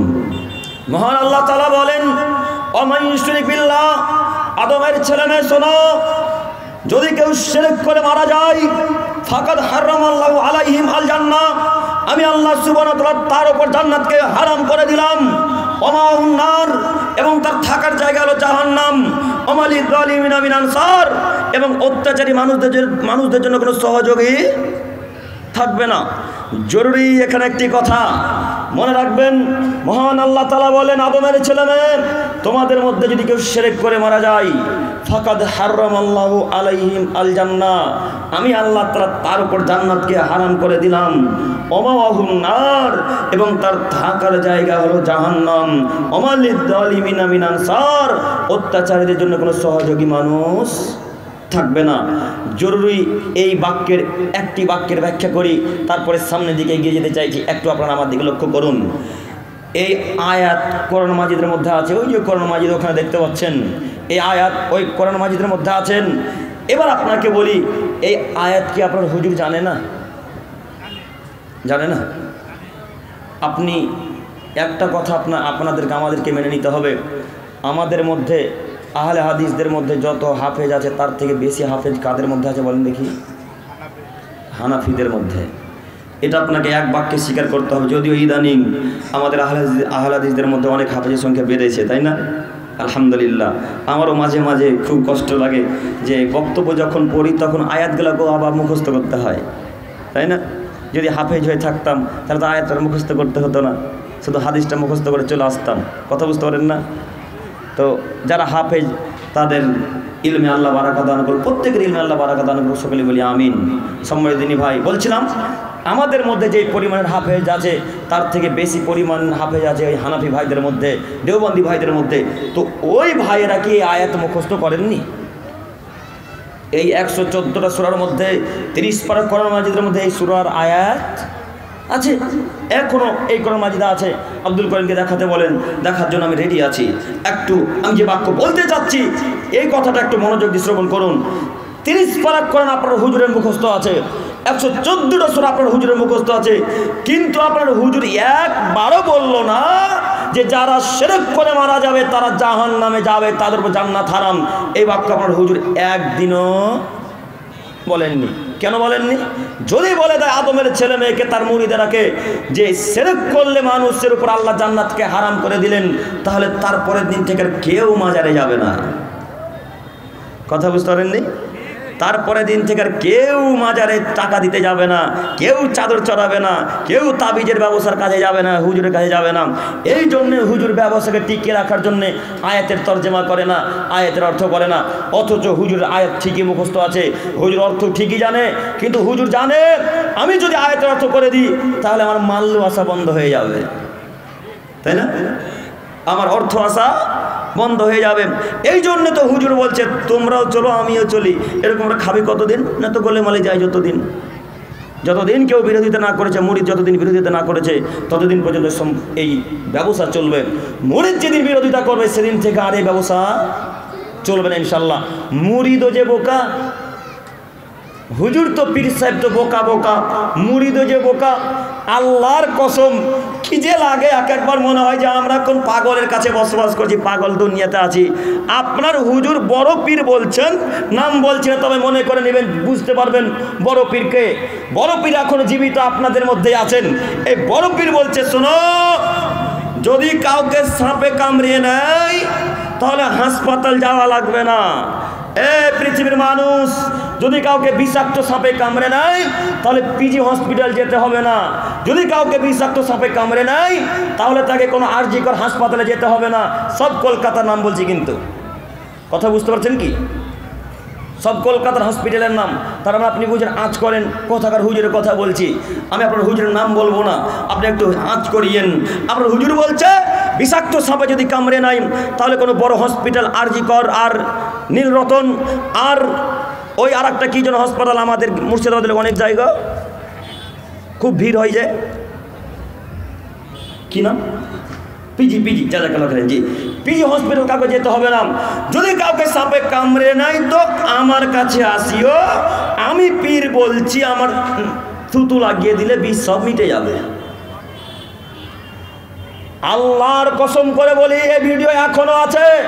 আপনার হুজুরের লাল লাল দাড়ি ছোট ছোট, হুজুর বক্তব্যে বলে দাড়ি কাটা হারাম, দাড়ি কাটা হারাম, দাড়ি কাটা হারাম। একটু পরে হুজুরের দাড়ির দিকে দেখা যাচ্ছে হুজুরের দাড়ি চতুর্দিক সমান। হ্যাঁ, দাড়ি চতুর্দিক সমান, তার মানে হুজুর দাড়ি ঠিকই কাটে। আমাদের দাড়ি দেখেন, একটা পশ্চিমে, একটা উত্তরে, একটা হাওড়াতে, একটা শিয়ালদাতে, তাই না? দাড়ি আমরা কাটি না, দাড়ি কাটলে লেভেল হয়ে বেরোবে। আপনার হুজুরের দাড়ি চতুর্দিক সমান, তার মানে হুজুর দাড়ি ঠিকই চাঁচে, ঠিকই দাড়ি সেভ করে। হুজুরের লাল লাল দাড়ি, হুজুরের সব কিছুই লাল। এই হুজুর বলছে আমি থুতু লাগিয়ে দিলে বিষ সব মিটে যাবে। আর শ্রোতারা সবাই বলছে সুবহানাল্লাহ। তো এই মুরিদদেরকে বোকা বলবেন না তো কাকে বোকা বলবেন বলেন? মুরিদকে বোকা বলবেন না তো কাকে বোকা বলবেন? ওই ঘটনার মতো বাংলাদেশের ঘটনাটা হচ্ছে যে তোমাদেরকে নামাজ পড়তে হবে না, তোমাদেরকে রোজা, জাকাত, সিয়াম কিছুই পালন করতে হবে না, শুধু আমার মুরিদ হয়ে যাও, আমি কিয়ামতের মাঠে নৌকাতে করে তোমাদেরকে জান্নাতে নিয়ে যাব। শুনেছেন বক্তব্য? শুনেছেন কি? নৌকাতে করে জান্নাত। শুনেননি বক্তব্য? ইউটিউবে জায়গা 2 মিলিয়ন 3 মিলিয়ন 40 মিলিয়ন ভিউ গো, শুনেননি? কত মানুষ শুনেছে, তার মানে বুঝতে পারছে কত মিলিয়ন ভিউ, বিলিয়ন ভিউ গিয়েছে, তার মানে বুঝতে পারেন না গোটা পৃথিবীর মানুষ শুনেছে। হুজুর বলছে যে তাদেরকে নিয়ে যাব আমি নৌকাতে করে। আচ্ছা বলেন দেখি, আপনার হুজুর যে নৌকাতে করে আপনাদেরকে জান্নাতে নিয়ে যাবে, তো কিয়ামতের মাঠে পানি থাকবে? হ্যাঁ, তো নৌকাটা চলবে কিভাবে এখন? জি, নৌকাটা চলবে কিভাবে? আপনাকে আমি কি দিয়ে বুঝাবো? শ্রোতারা সবাই বলছে সুবহানাল্লাহ। এই জন্য বলছি, শ্রোতা তো মূর্খ আছেই, তার মুরিদ তো মূর্খ আছে, পীর তার থেকে ডবল মূর্খ আছে। নইলে এই বাক্য কি হিসেবে বলতে পারে? সম্মানিত মুরব্বী সাহেব, সম্মানিত দিনী ভাই, আপনি আমার দিকে এক খেলে চেয়ে থাকুন, এই ব্যবসা টিকবে না, এই ব্যবসা বন্ধ হয়ে যাবে। তার জন্য বলছে না, মাজারে চাদর দেওয়া যায়, মাজারে সিজদা করা যায়, মাজারের কাছে কিছু চাওয়া যায়, মাজারে কিছু টাকা দেওয়া যায়, হাতে তাবিজ দেওয়া যায়, হাতে কালো ধাগা দেওয়া যায়। এই জন্য আপনার হুজুর বলেছে, যদি বলে দেয় যে এই কিছু দেওয়া যাবে না, তাহলে প্রতিদিন যে 20,000, 40,000, 60,000, 1 লাখ, 2 লক্ষ করে ইনকাম হচ্ছে ওই মাজার শরীফে, এই ইনকামটা আর আসবে না। আপনারা বুঝতে পারছেন কিনা বলতে পারি না, কিন্তু উর্দুতে একটা বাক্য আছে যে আকলমন্দকে লিয়ে ইশারা হি কাফি। হ্যাঁ, আকলমন্দকে লিয়ে ইশারা হি কাফি। একটু বুঝার প্রয়োজন মনে করেন, একটু চেষ্টা করেন। সম্মানিত দিনী ভাই, বলছিলাম হুজুরকে চ্যালেঞ্জ করে যাচ্ছি, হুজুরকে আবার বলে যাচ্ছি, ও হুজুর, একটা আয়াত এরকম পেশ করেন, একটা হাদিসে নুসখা এরকম পেশ করেন, একটা কোনো রেয়াত পেশ করেন যে এই জায়গাতে বলা আছে মাজারে সিজদা করা যাবে, এই জায়গাতে বলা আছে মাজারে কিছু চাওয়া যাবে, এই জায়গাতে বলা আছে তাবিজ দেওয়া যাবে। আপনাকে চ্যালেঞ্জ করে যাচ্ছি, এমন কোনো মায়ের বেটা বলে না কেন, এমন কোনো মায়ের বেটা বলে না কেন তাবিজ বাঁধা যায়, মাজারে সিজদা করা যায়? অসম্ভব, কখনো নয়। মাজারে চাদর চড়া শিরক, মাজারে চাদর চড়া শিরক, মাজারে চাদর দেওয়া শিরক, এ কথাই চূড়ান্ত। আজকের পর থেকে ঘোড়াইপাড়ার মানুষকে তওবা করতে হবে, আজকের পর থেকে ফারাক্কার মানুষকে সবাইকে তওবা করতে হবে। তওবা করে বলতে হবে, আল্লাহ কিয়ামত পর্যন্ত মাজারের ধারে কাছে যাব না ইনশাআল্লাহ। পারবেন না বলতে ইনশাআল্লাহ? কোনোদিন মাজারে মুরগি দিয়েছেন? দেননি না? সত্যি বলছেন তো? ঘরে পড়ে নাই না? আলহামদুলিল্লাহ, আল্লাহ কবুল করুক। যদি থাকে, পরিবর্তন হন, এই মুরগি জাহান্নামে নিয়ে যাওয়ার জন্য যথেষ্ট। এই মুরগি আপনাকে জাহান্নামে নিয়ে যাওয়ার জন্য যথেষ্ট, আপনি বিশ্বাস করুন। সম্মানিত দিনী ভাই, এখানে আমি আরও একটু পরে আসছি, তার আগে আরও একটি আয়াত। মহান আল্লাহ তাআলা বলেন মুহাম্মদ সাল্লাল্লাহু আলাইহি সাল্লামকে, মুহাম্মদ সাল্লাল্লাহু আলাইহি সাল্লাম, ওয়ালাকাদ উহিয়া ইলাইকা ওয়া ইলাল্লাযিনা মিন ক্বাবলিক, আপনার পূর্বে যত নবী ও রাসূল এসেছেন, একটু আপনারা আমার দিকে তাকান। পিছনের যারা আছেন, আমার কথা বুঝতে পারছেন ভাইরা? একটু আমার দিকে তাকান। মহান আল্লাহ তাআলা বলেন, ওয়ালাকাদ উহিয়া ইলাইকা ওয়া ইলাল্লাযিনা মিন ক্বাবলিক, মুহাম্মদ সাল্লাল্লাহু আলাইহি সাল্লাম, আপনার পূর্বে যত নবী রাসূলগণ এসেছেন, প্রত্যেক নবী রাসূলকে একই ওহী নাজিল করা হয়েছে। কি ওহী? লাইন আশরাকতা, আপনিও যদি শিরক করেন লা ইয়াহবাতান্না আমালু, তাহলে আপনার আমল বাতিল হয়ে যাবে। ওয়ালা তাকুনান্না মিনাল খাসিরিন, এবং আপনি ক্ষতিগ্রস্তদের অন্তর্ভুক্ত হবেন। জরুরি এখানে একটি কথা আপনারা একটু মনোযোগ দিয়ে শ্রবণ করুন, একটু আমার দিকে লক্ষ্য করুন। আল্লাহ তাআলা বলছেন মুহাম্মদ সাল্লাল্লাহু আলাইহি ওয়াসাল্লাম, আপনার পূর্বে প্রত্যেকটা নবীকে একই আয়াত, একই হাদিস, একইভাবে ওহী করা হয়েছে। ওহীটা কি? লাইন আশরাকতা, আপনি যদি শিরক করেন লা ইয়াহবাতান্না আমালু, তাহলে আপনার আমল বাতিল হয়ে যাবে। ওয়ালা তাকুনান্না মিনাল খাসিরিন, এবং আপনি ক্ষতিগ্রস্তদের অন্তর্ভুক্ত হবেন। জরুরি এখানে একটি কথা, আমাদের নবীকে আল্লাহ তাআলা বলছেন মুহাম্মদ আপনি যদি শিরক করেন তো আপনার আমল কি হবে? বাতিল হয়ে যাবে। আচ্ছা বলেন তো দেখি মুহাম্মদ সাল্লাল্লাহু আলাইহি সাল্লাম কে? কে মুহাম্মদ সাল্লাম? বিশ্ব নবী, আমাদের নবী, সারা পৃথিবীর নবী। একাধিক সহিহ হাদিসে তিনি বলছেন আনা সাইয়্যিদ ইবনে আদম, আনা সাইয়্যিদ ইবনে আদম, আমি আদম সন্তানের সর্দার, আমি আদম সন্তানের সর্দার। লা ফাখরা ফি, তবে মনে রেখো এতে আমার কোনো অহংকার নেই। আমি যে আদমের নেতা, আমি যে আদম সন্তানের লিডার, এতে আমার কোনো অহংকার নেই। সামান্য চেয়ারম্যান হয়ে গেলে পার মাটিতে ঠেকে না, তখন আকাশে চলে শুধু পা। হ্যাঁ, আর যদি ওই গ্রাম্য যারা দায়িত্ব তাদের কি বলে? মেম্বার জাযাকাল্লাহ খায়রান। মেম্বার পদ যদি পেয়ে যায় তাহলে ওর অহংকার, ওর নিচেকার পরিবার লোক আর মানুষই মনে হয় না তার কাছে। যিনি সারা পৃথিবীর নেতা তিনি বলছেন লা ফাখরা ফি, এতে আমার কোনো অহংকার নেই। আমি আদমের ছেলে মেয়ে জানিয়ে দিতে চাইছি আমি আদম সন্তানের সর্দার। এত বড় একটা নবীকে, এত বড় একটা মানুষকে, এত বড় একটা রাসূলকে আল্লাহ তাআলা বলছেন মুহাম্মদ আপনি যদি শিরক করেন আপনার আমল বাতিল, আপনার আমল বাতিল, আপনার আমল বাতিল।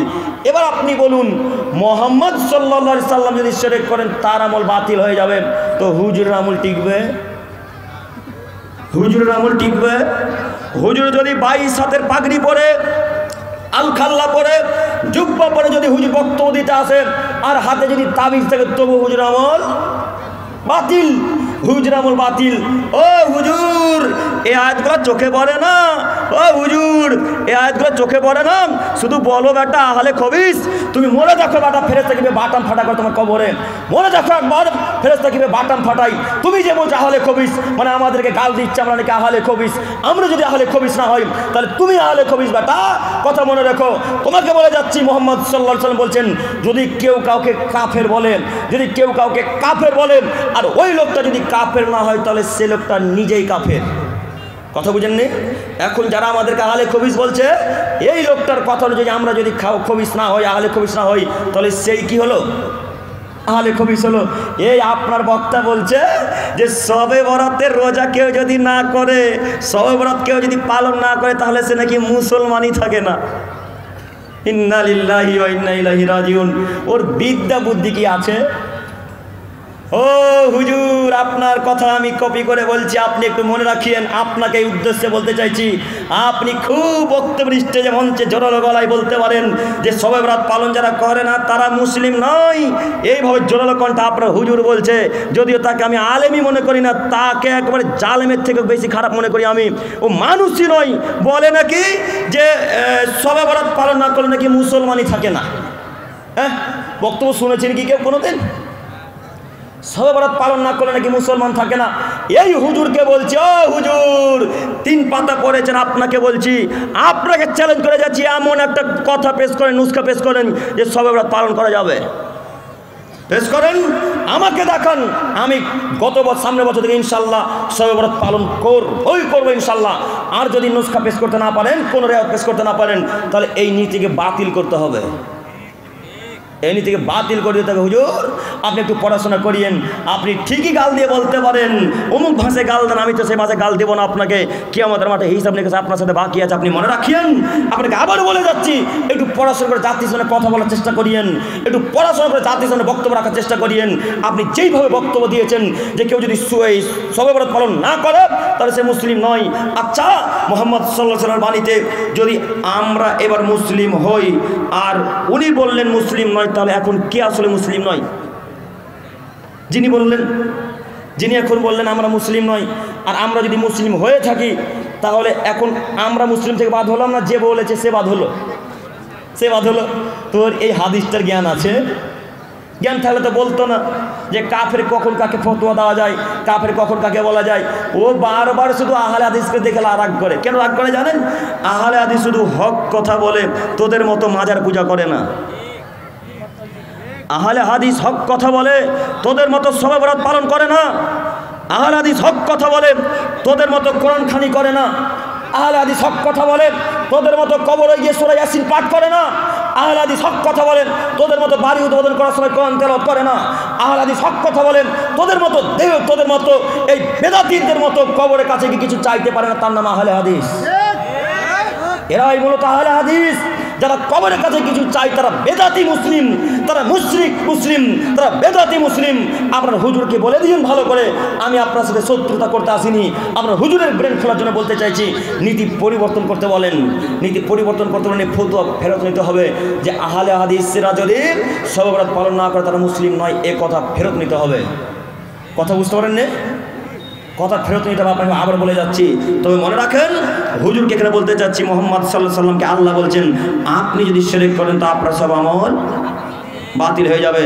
হুজুর একটু আয়াতটা দিকে লক্ষ্য করিয়েন, আমাদের নবীর আমল যদি বাতিল হয়ে যায় তো আপনার আমল বাতিল হয়ে যাবে।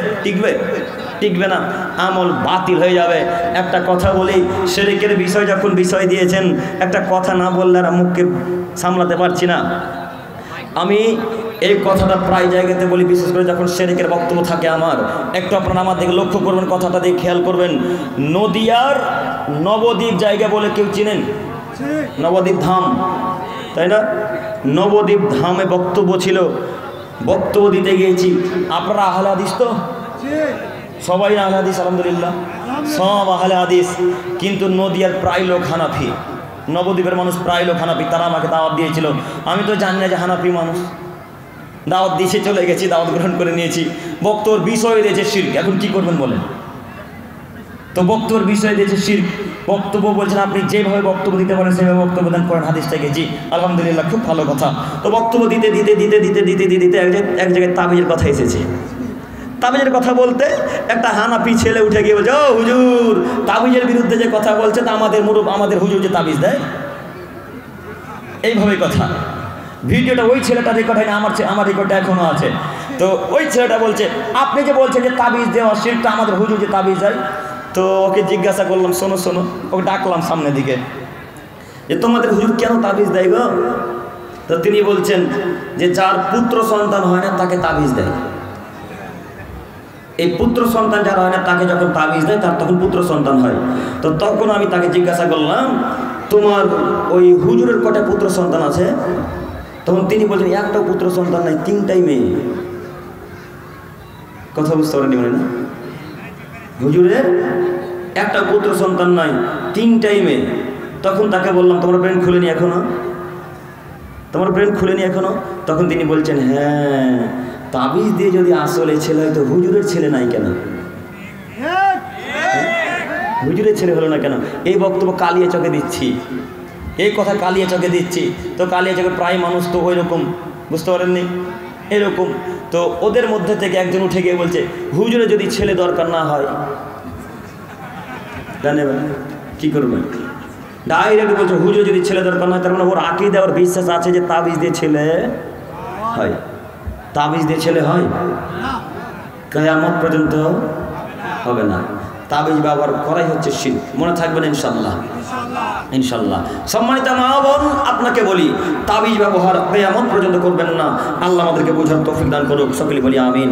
সম্মানিত দিনী ভাই, এখানে আর একটা হাদিস পেশ করি, তারপরে সামনের দিকে এগিয়ে যেতে চাইছি। হাফসা রাদিয়াল্লাহু তাআলা আনহা থেকে বর্ণিত, তিনি বলেন রাসূল সাল্লাল্লাহু আলাইহি সাল্লাম বলেছেন, মান আতা কাহিনান আও আরাফান ফাসাদাকাহু বিমা ইয়াকুল ফাকাদ কাফারা বিমা উনজিলা মুহাম্মদ। আদমের ছেলেমেয়ে শোনো, তোমাদের মধ্যে যদি কোনো মানুষ কোনো কবিরাজের কাছে যায়, তোমাদের মধ্যে যদি কোনো মানুষ কোনো গণকের কাছে যায় এবং তাকে গিয়ে যদি কোনো জিজ্ঞাসা করে, তাহলে সে যেন মুহাম্মদ সাল্লাল্লাহু আলাইহি সাল্লামকে অস্বীকার করলো। আর মুহাম্মদ সাল্লাল্লাহু আলাইহি সাল্লামকে যে অস্বীকার করবে সে জাহান্নামে যাবে। একটা হাদিস, আর একটা হাদিস পেশ করি। মহান আল্লাহ রাসূল সাল্লাল্লাহু আলাইহি সাল্লাম বলেন, মান আতা আররাফান মান আতা কাহিনান মানা, আল্লাহ রাসূল সাল্লাল্লাহু আলাইহি সাল্লাম বলেন, মান আতা কাহিনান আও আতা আররাফান ফাসাদ্দাকাহু বিমা ইয়াকুল ফাকাদ কাফারা বিমানজিল আল মুহাম্মদ। এটা একটা হাদিস। উপর হাদিস হাফসা রাদিয়াল্লাহু তাআলা আনহা বলছেন যে আল্লাহ নবী বলেছেন, কেউ যদি কোনো গণকের নিকটে যায় আর তার কথা যদি বিশ্বাস করে, তাহলে তার 40 দিন কোনো সালাত কবুল। ওইখানে সুইচ দেন। আপনারা ওইদিকে তারিয়ানা থেকে অনেক জায়গা আছে, একটু শৃঙ্খলার সাথে বসে যান, ভালো লাগবে, বলতে ভালো লাগবে। আল্লাহ ওয়াস্তে একটু চলে আসেন ভিতরে। আর মহিলাদের দিকে আপনারা একটু ভালোভাবে বসেন। সম্মানিত দিনী ভাই ও বোনেরা, একটু আমার দিকে তাকান। তো হাফসা রাদিয়াল্লাহু তাআলা আনহা বলছেন, যদি কোনো মানুষ কোনো গণকের নিকটে যায় আর কোনো কথা যদি জিজ্ঞাসা করে আর ওই কথা যদি বিশ্বাস করে নেয়, তাহলে তার কতদিন এখন সালাত কবুল হবে না? কথা বলেন, 40 দিন তার কোনো ইবাদত কবুল, তার সালাত কবুল হবে না। এবার আপনাকে বলি, আপনার 1 লক্ষ টাকা হারিয়ে গেছে। তখন আপনার স্ত্রী বলছে, হ্যাঁ গো আব্দুল্লাহ আব্বা, চলো না অমুক কবিরাজের কাজ, ওই কবিরাজটা বলে দিতে পারে কে টাকা চুরি করেছে, কে সোনা চুরি করেছে, চলো। তখন আপনি আপনার স্ত্রীর কথা শুনে ওই কবিরাজের কাছে চলে গেলেন। কবিরাজকে গিয়ে বলছেন, কবিরাজ সাহেব, এই দেখুন না, আমার টাকা 1 লক্ষ চুরি হয়ে গেছে, কে নিয়েছে একটু বলেন।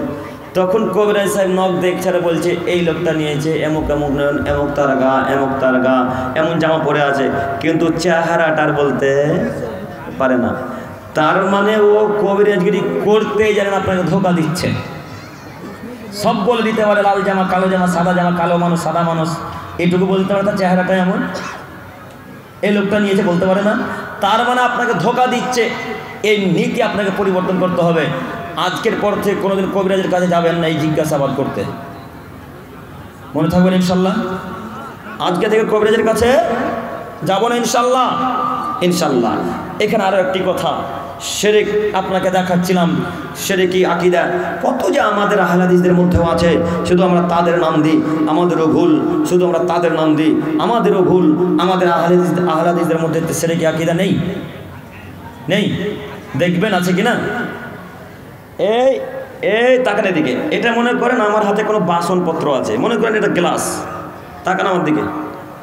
সম্মানিত মুরব্বী সাহেব, সম্মানিত দিনী ভাইরা, আপনারা আমার দিকে একটু লক্ষ্য করেন, পিছনে যারা আছেন, মনে করেন এটা গ্লাস। এই গ্লাসটা আমার হাত থেকে এইভাবে পড়ে গেল। তো যেমনই পড়ে যাওয়া, তেমনই আপনার স্ত্রী বলছে, হ্যাঁ গো, আমাদের বাড়ি আজকে কুটুম আসতে পারে। হ্যাঁ, কথা মনে মিলল না? মিলেছে না? মিলেছে। এটা হচ্ছে শিরকি আকীদা। আবারও দেখি, আপনারা স্বামী স্ত্রী দুইজনের পাশাপাশি কথা বলছিলেন, তো আপনার কথা শেষ হওয়া মাত্র আপনার স্ত্রী একটা কথা বলে উঠেছে। তো যেমন আপনার স্ত্রী কথাটা বলেছে, তখন একটা টিক টিক ঠিক ঠিক ঠিক ঠিক করে উঠেছে। তখন আপনার স্ত্রী বলছে, দেখলে আমার কথাটা ঠিক হলো। বলেন আপনার স্ত্রী মনে হয়? আপনার স্ত্রী তো বলে, আপনিও বলেন। এটা হচ্ছে শিরকি আকীদা। আবার ওই রাত্রেবেলায় সকালবেলা যদি কাক পাখি চলে আসে বাড়ির দেওয়ালে বা ছাদের উপর, যদি কা করে চেঁচাই, তখন আপনি আপনার স্ত্রী কাকটাকে তাড়াহুড়ো করে হাঁকাচ্ছেন। কেন? যে আজকে কোনো বিপদ ঘটবে। এরকম ঘটনা মনে হয় এই ঘোড়ায় পাড়ায় ঘটে। আবারও বলি, আপনার স্ত্রী রাতের বেলায় ঝাড়ুগুলো, ওই নোংরাগুলো ঝাড় দিয়েছে, তো ওই নোংরাগুলোর বাইরে ফেলবে না। বাইরে নোংরাগুলো ফেললে নাকি জিনের গায়ে লাগবে। এগুলো ঘটে না মনে হয়? এগুলো হচ্ছে শিরকি আকীদা। কত শিরকি আকীদা আছে, তার একের পর এক সিরিয়াল দিচ্ছি, দেখি কতটা বলতে পারি। একটু আপনারা আমার দিকে তাকুন, একটু আমার দিকে দেখুন। কেউ যদি বলে তুলসী গাছে লাথি মারতে হয় না, তাহলে সে শিরক করলো। কেউ যদি বলে গাভীকে লাথি মারতে হয় না, তাহলে সে শিরক করলো। কেউ যদি বলে চালে হাঁটু পাড়া দিয়ে বসতে হয় না, তাহলে সে শিরক করলো। কেউ যদি বলে গাভীকে ঝাঁটা দিয়ে মারতে হয় না, ঝাঁটা বুঝলেন কি? সাহার ঠিক সাহার দিয়ে মারতে হয় না, তাহলে সেরকম করলো। কেউ যদি বলে নৌকার মাঝি তাই নৌকাটা ডুবলো না, আমরা সব বেঁচে গেলাম, তাহলে সেরকম করলো। কেউ যদি বলে ডাক্তার ভালোতে রুগীটা বেঁচে গেল, তাহলে সেরকম করলো।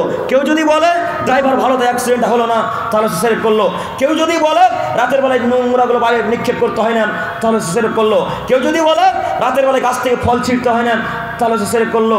আপনার স্ত্রী বলছে রাতের বেলায় গাছ থেকে ফল পারলে গাছে অভিশাপ দিবে, গাছে নাকি অভিশাপ দিবে।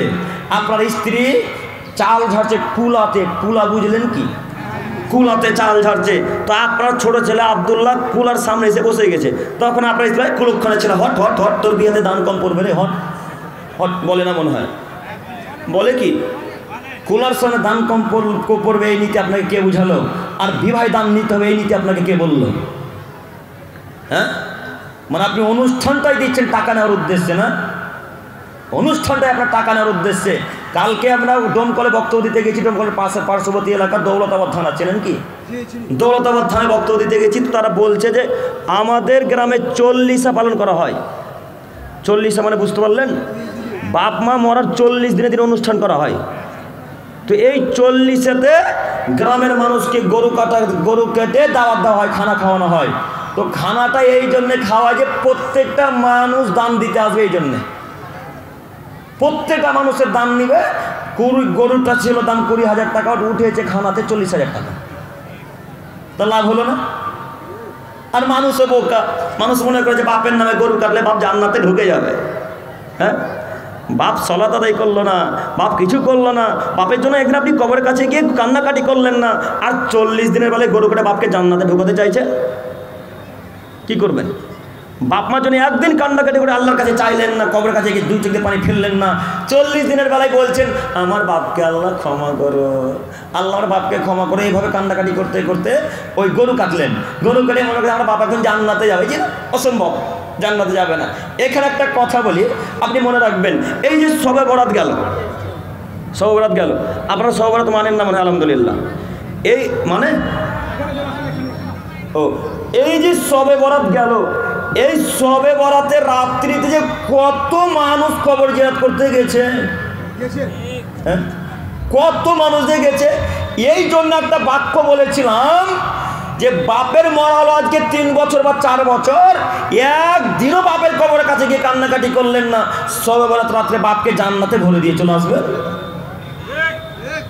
কি করবেন আপনি বাপের কবরের কাছে গিয়ে শবে বরাত রাত্রে? জি না, নির্দিষ্ট করে কোনো দিনকে কোন রাতকে যদি রাতে যদি দোয়া করতে যান, তো এই দোয়া করা যাবে না।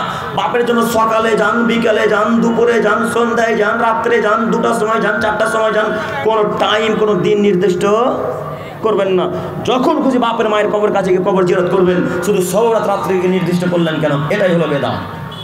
সম্মানিত মুরব্বী সাহেব, আপনাকে আমি অনুরোধ করে বলতে চাচ্ছি, এই যে রমজান মাস আসছে, রমজান মাসের 27 রমজানের কদর রাত্রিতে কত লোক কবর জিয়ারত করতে যায়, তাই না? এখন কবর জিয়ারত করতে যান দেখি, লোক দেখানোর জন্য, গোটা দুনিয়াকে দেখানোর জন্য যাচ্ছেন কেন? কোনো লোককে দেখানোর জন্য যাচ্ছেন কেন? এখন যান না আপনি, আপনি অন্য সময় যাচ্ছেন কেন? শুনুন মুরব্বী সাহেব, আপনাকে বলে যাচ্ছি, এই সব নীতি সেরে কি আকিদায় যে কিছুক্ষণ আগে বললাম তুলসী গাছে লাথি মারা হয় না, এই কিছু কিছু মন্তব্য যেগুলো পেশ করলাম, এগুলো শিরক। আরও একটি শিরকের কথা বলেন, আমি নেশাদার দ্রব্য দিকে এগিয়ে যেতে চাইছি, একটু আপনি আমার দিকে লক্ষ্য করুন। মায়েরা বলে বেটা তোর যখন দাঁত হিলবে বেটা, তো দাঁতটাকে তুলে ইঁদুরের খালে ফেলিস, তাহলে ইঁদুরের মতো দাঁত বেরোবে, বলে না মনে হয়? বেটা ইঁদুরের খাল যদি না পাও তো পুকুরে ফেলিও বেটা, তাহলে মাছের মতো দাঁত বেরোবে, বলে কি? বলে। সব সেরেকি নীতি। আপনাকে আমি কি দিয়ে বুঝাবো সেরেক কোনটা? কত সেরেক আছে পৃথিবীতে, কোনটা বলবো বলেন? তবুও যতটুকু এত তাড়াতাড়ি মনে আসছে বলার চেষ্টা করছি। আরও একটা কথা মনে রাখবেন, গাড়ি চালাচ্ছিলেন, গাড়ি চালাতে চালাতে একটা বিড়াল সামনে দিয়ে চলে গেছে, আর গাড়ির চাকা আপনার আগে দিকে যাচ্ছে না। কেন? কেন যাচ্ছে না? ও আপনি মনে করছেন এখন আমি যদি রাস্তাটা ক্রস করতে সামনে গিয়ে আমার অ্যাক্সিডেন্ট হবে, তাই না? এই জন্য যতক্ষণ পর্যন্ত একটা বাইক চালক বা রিক্সা চালক বা টোটো চালক বা গাড়ি চালক যতক্ষণ না যাচ্ছে, ততক্ষণ পর্যন্ত আপনি দাঁড়িয়েই থাকলেন। এটা হচ্ছে শিরকি নীতি। এই নীতির মুখে লাথি মেরে দিতে হবে। কেউ যদি হাতের রাশি থেকে ভাগ্য পরীক্ষা করে তাহলে সে শিরক করলো, কেউ যদি কপাল থেকে ভাগ্য পরীক্ষা করে তাহলে সে শিরক করলো। কেউ যদি নখ দেখে ভাগ্য পরীক্ষা করে তাহলে সে শিরক করলো। কেউ টিয়া পাখির মাধ্যমে যদি ভাগ্য পরীক্ষা করে তো শিরক করে। টিয়া পাখির মাধ্যমে ভাগ্য পরীক্ষা করলে শিরক হয়, কাকাতুয়ার মাধ্যমে ভাগ্য পরীক্ষা করলে শিরক হয়, শারক পাখির মাধ্যমে ভাগ্য পরীক্ষা করলে শিরক হয়। এরকম নীতি অনেক শিরকি নীতি আছে, শিরকি আকীদা আছে। এই নীতির কোনোটাই পালন করা যাবে না। এই নীতির মুখে আজকে লাথি মেরে এখান থেকে উঠবো ইনশাআল্লাহ, ইনশাআল্লাহ। আজকে থেকে আর জিন্দেগিতে শিরক করবো না ইনশাআল্লাহ, ইনশাআল্লাহ। আল্লাহ তুমি আমাদের দিনী ভাইদেরকে কবুল করো, সকলে বলি আমিন। সম্মানিত দিনী ভাই, 3টি বিষয় কমপ্লিট, যদিও আনকমপ্লিট, আরও অনেক শিরকের ব্যাপারে কথা বলার আছে। আমি আর এদিকে যাচ্ছি না, এবার চলে আসি নেশাদার দ্রব্য। আপনারা আমার বিষয়গুলো দেখেছেন কি? পোস্টার দেখেননি? দেখেছেন না? 4টা বিষয় আছে, বলেন। শিরক, সুদ, জেনা আর নেশাদার দ্রব্য, তাই না? এবার চলে আসলাম নেশাদার দ্রব্য। একটু আপনারা আমার দিকে তাকান। এখানে কত কাপুরুষ মানুষ আছে যাদের পকেটে এখনো বিড়ি আছে? হ্যাঁ, এখানে কত মুরব্বী সাহেব আছে তাদের বরিন্দাতে এখনো গুল আছে, গুল। বরিন্দা বুঝলেন? লঙ্গির বরিন্দা। এখানে কত যুবক আছে যাদের পকেটে এখনো মধু আছে, মধু আছে না?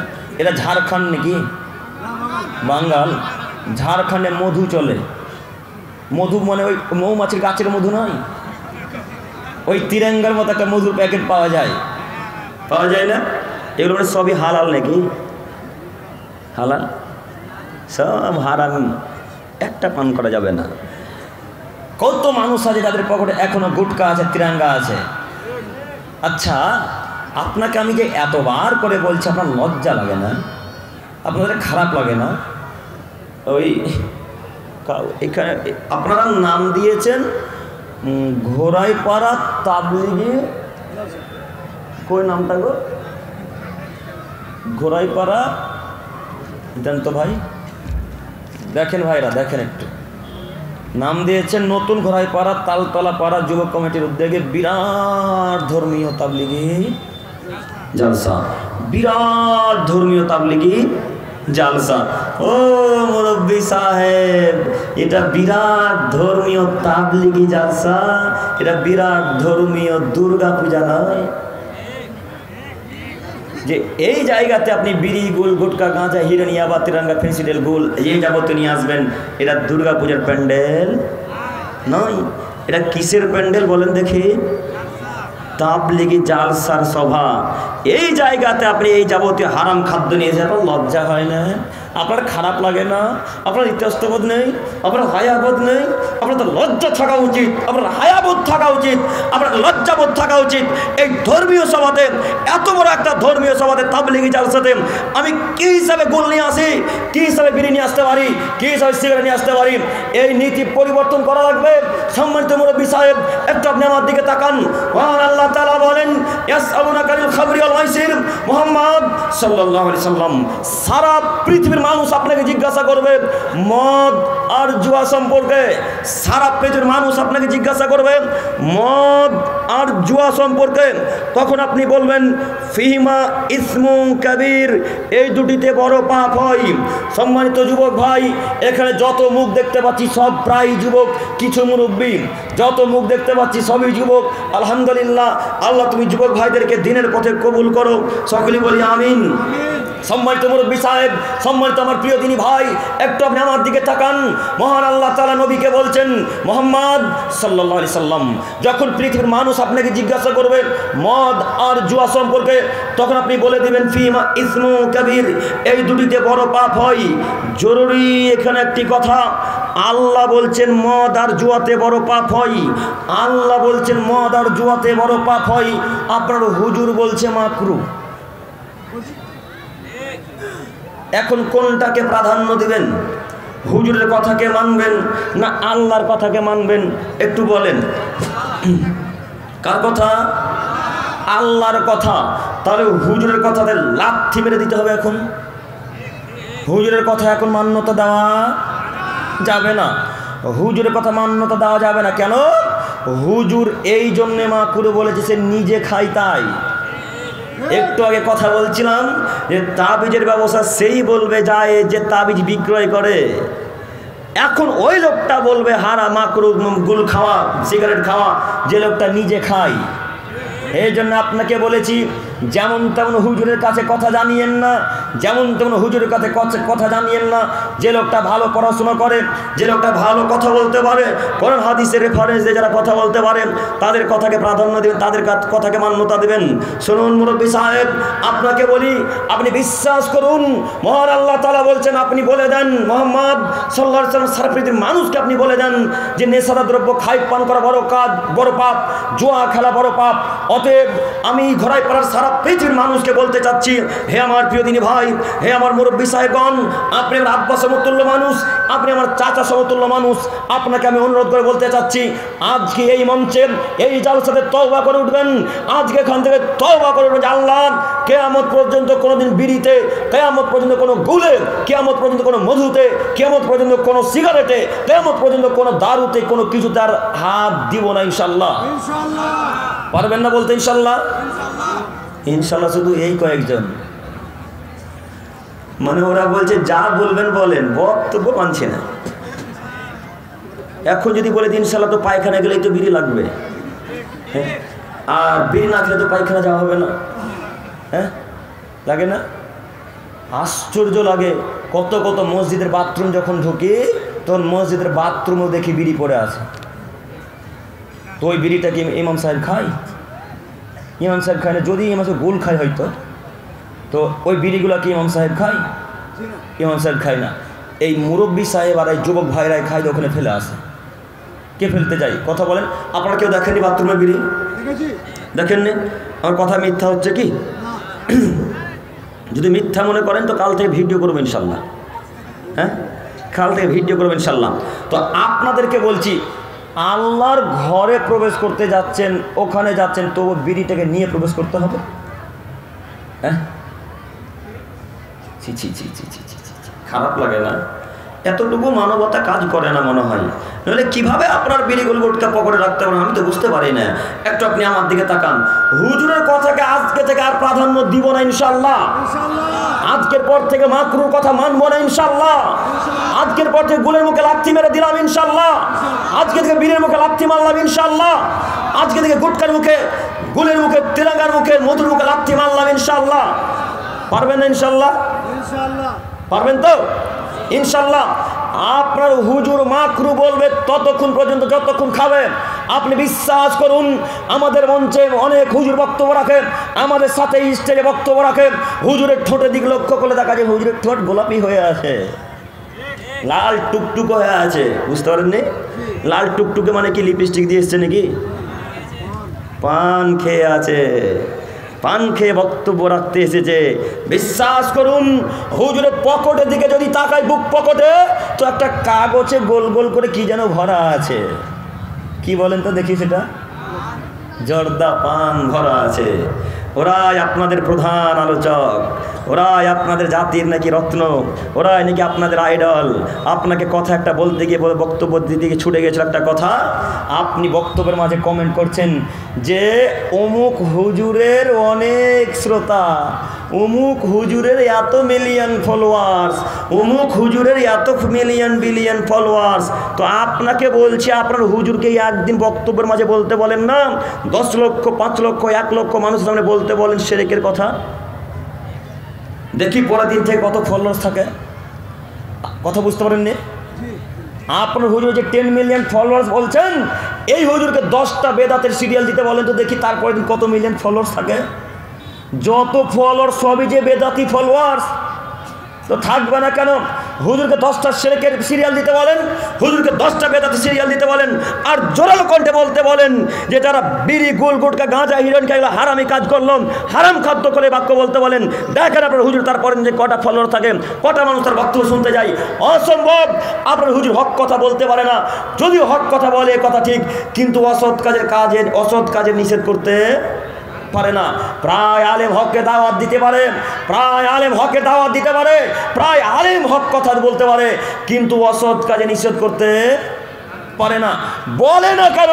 কোন ইমাম সাহেব জাতির সামনে মেম্বারে খুতবা দিতে বললো না কেন যে বিড়ি খাওয়া হারাম, গুল খাওয়া হারাম, গুটকা খাওয়া হারাম, এ যাবতীয় জিনিস খাওয়া হারাম? বললো না কেন? ক্ষমতা লাগবে বললে অন্তরে সাহস লাগবে, অন্তরে ক্ষমতা লাগবে। যদি এই বাক্য বলেন, কালকে মসজিদের কমিটি, মসজিদের সর্দার, মসজিদের ক্যাশিয়ার বলবে ইমাম সাহেব ব্যাগ গুটিয়ে বাড়ি চলে যান, আর আপনাকে থাকতে হবে না। এই ভয়ে বলেন না। আপনি কি ভাগ্যকে, আপনি কি মাথা বিক্রি করে এই ঘরে পায়ে চাকরি করতে এসেছেন নাকি? হ্যাঁ, আপনি কি মাথা বিক্রি করে ফারাক্কাতে চাকরি করতে এসেছেন মসজিদে?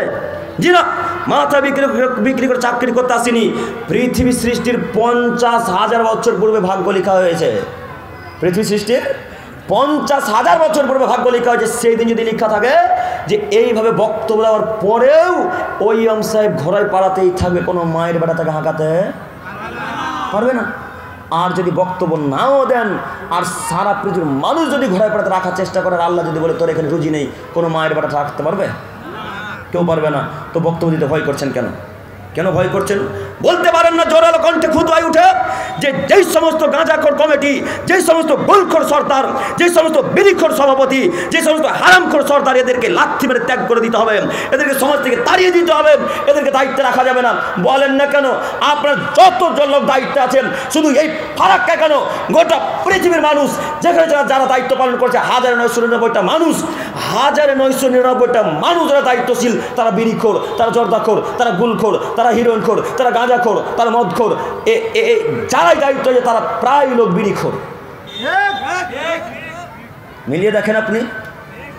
আমাকে নতুন করে কথা বলতে হবে না, কথা নতুন করে বলতে আসিনি। আপনি বিশ্বাস করুন। এই জন্য আল্লাহ নবী সাল্লাল্লাহু আলাইহি ওয়াসাল্লাম বললেন, লা তাকুমু সাত, আদমের ছেলে মেয়ে শোনো, কিয়ামত ততদিন পর্যন্ত হবে না, হাত্তা ইয়াকুনা আসাদুন নাসি বিদুনিয়া লুকাইবিনা লুকাব, যতদিন পর্যন্ত অধমের সন্তান অধম, অযোগ্যর ছেলে অযোগ্য, বেহায়ার ছেলে বেহায়া যতদিন পর্যন্ত সমাজের নেতৃত্ব না দিচ্ছে, ততদিন পর্যন্ত কিয়ামত হবে না। এবার আপনি বলেন, যারা দায়িত্বে আছে তারা সবাই প্রায় গুলখোর নয়, যারা দায়িত্বে আছে তারা প্রায় সিগারেটখোর নয়, যারা প্রায় দায়িত্বে তারা বিড়িখোর নয়? বলেন আপনি, আপনাকে আমি কী দিয়ে বুঝাবো? এই লোক তো দায়িত্ব পাওয়ার যোগ্যতা রাখে না, এরা তো দায়িত্ব পাওয়ার অধিকার নয়, এদেরকে এই দায়িত্বে রাখা যাবে না। যারা 5 ওয়াক্ত সালাত আদায় করে, বিড়ি ছেড়ে দেয়, গুলের মুখে লাথি মারতে পারে, এই সমস্ত লোককে দায়িত্ব দেবো আজকে থেকে ইনশাআল্লাহ। পারবো না ইনশাআল্লাহ? ইনশাআল্লাহ। আল্লাহ তুমি কবুল করো, সকলে বলি আমিন। যে বাক্য বলতে চাচ্ছিলাম যে হুজুরের কথা মা করো বলে আজকে থেকে বিশ্বাস করবেন না ইনশাআল্লাহ। ইনশাআল্লাহ আজকের পর থেকে বিশ্বাস করবো না ইনশাআল্লাহ। ইনশাআল্লাহ আজকের পর থেকে মানবেন না। সম্মানিত দিনী ভাই, আপনি একটা কথা মনে রাখবেন, হুজুরের কথা যদি মানেন তাহলে রেফারেন্স চাইবেন, যে হুজুর রেফারেন্স দেন তাহলে মান্যতা দেবো ইনশাআল্লাহ। ঠিক ঠিক রেফারেন্স চাইবেন। আর যখনই আপনি আপনার হুজুরের কাছে রেফারেন্স চাইবেন তখন তার মাথা গরম হয়ে যাবে। ও তো রেফারেন্স নাই, কি দিবে? যাই না? আপনাকে বলি যে এই গুলের মুখে, বীরের মুখে, মদের মুখে, গাঁজার মুখে, হিরের মুখে লাথি মেরে আজকে এখান থেকে তওবা করে উঠবো ইনশাআল্লাহ। ইনশাআল্লাহ ইনশাআল্লাহ। আল্লাহ তুমি আমাদের ফারাক্কার দিনী ভাইদেরকে, সারা পৃথিবীর মানুষকে, ঘোরায় পড়ার মানুষকে দিনের পথে কবুল করে নাও, সকলে বলি আমিন। আমার সময় শেষের দিকে, আজকের আলোচনার শেষ হাদিস একটু আমার দিকে লক্ষ্য করুন। মহান আল্লাহ রসুল সাল্লাল্লাহু আলাইহি সাল্লাম বলেন, সালাসাতুন কাদ হারামাল্লাহু আলাইহিম আল জান্নাহ। মহান আল্লাহ তাআলা 3 শ্রেণীর মানুষের উপর জান্নাতকে হারাম করে দিয়েছেন। 1, মুদমিনুল খামর, যারা নিয়মিত নেশাদার দ্রব্য খায় পান করে তাদের উপর জান্নাত হারাম।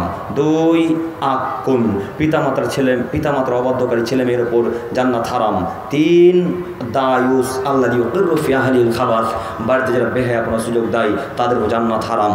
সম্মানিত দিনী ভাই, যদিও আল্লাহর দয়া হলে হয়তো আল্লাহ আপনাকে জান্নাত দিতে পারে, এ কথা বলতে পারে যে জান্নাতে জাহান্নামে চিরকাল থাকবেন কিনা জানি না। তবে মুহাম্মদ সাল্লাল্লাহু আলাইহি ওয়াসাল্লামের বাণীর বিবরণ দ্বারা বোঝা যাচ্ছে, যারা রাসূল সাল্লাল্লাহু আলাইহি ওয়াসাল্লামের বিরোধিতা, যারা এই নেশার দ্রব্য খায় পান করে, যারা পিতামাতার অবাধ্য চলে, যারা দায়ুসের পরিচয় দেয়, তারা জান্নাতে যাবে না। আলোচনা আমার শেষ মুহূর্তের দিকে আমি পরিশেষে বলতে চাইছি, হে প্রভু দয়াময়, আমরা অনেকক্ষণ আলোচনা করলাম, অনেক লোক বক্তব্য শ্রবণ করলো। আল্লাহ যে মোতাবেক আলোচনা করলাম সেই মোতাবেক আমি সহ আমার দিনী ভাইয়েরা, মুরব্বী সাহেবেরা যেন আমল করতে পারে, সকলেই বলি আমিন। পরিশেষে দোয়া করি, হে প্রভু দয়াময়, আমরা যারা এতক্ষণ পর্যন্ত এই জালসার স্টেজের সামনে স্টেজে বসে আছি যত সব, আল্লাহ তুমি আমাদেরকে তোমার সোজা পদ্ধতিতে চলার তৌফিক দান করো, সকলেই বলি আমিন। পরিশেষে দোয়া করি, হে প্রভু দয়াময়, আমরা যারা এতক্ষণ পর্যন্ত জালসাতে আছি আল্লাহ, তুমি আমাদের সকলেরই পাপগুলোকে ক্ষমা করে দিয়ে জান্নাতুল ফেরদাউস দান করো, সকলে বলি আমিন। এখান থেকে আমি আলোচনা শেষ করলাম। আসসালামু আলাইকুম ওয়া রাহমাতুল্লাহি ওয়া বারাকাতুহু।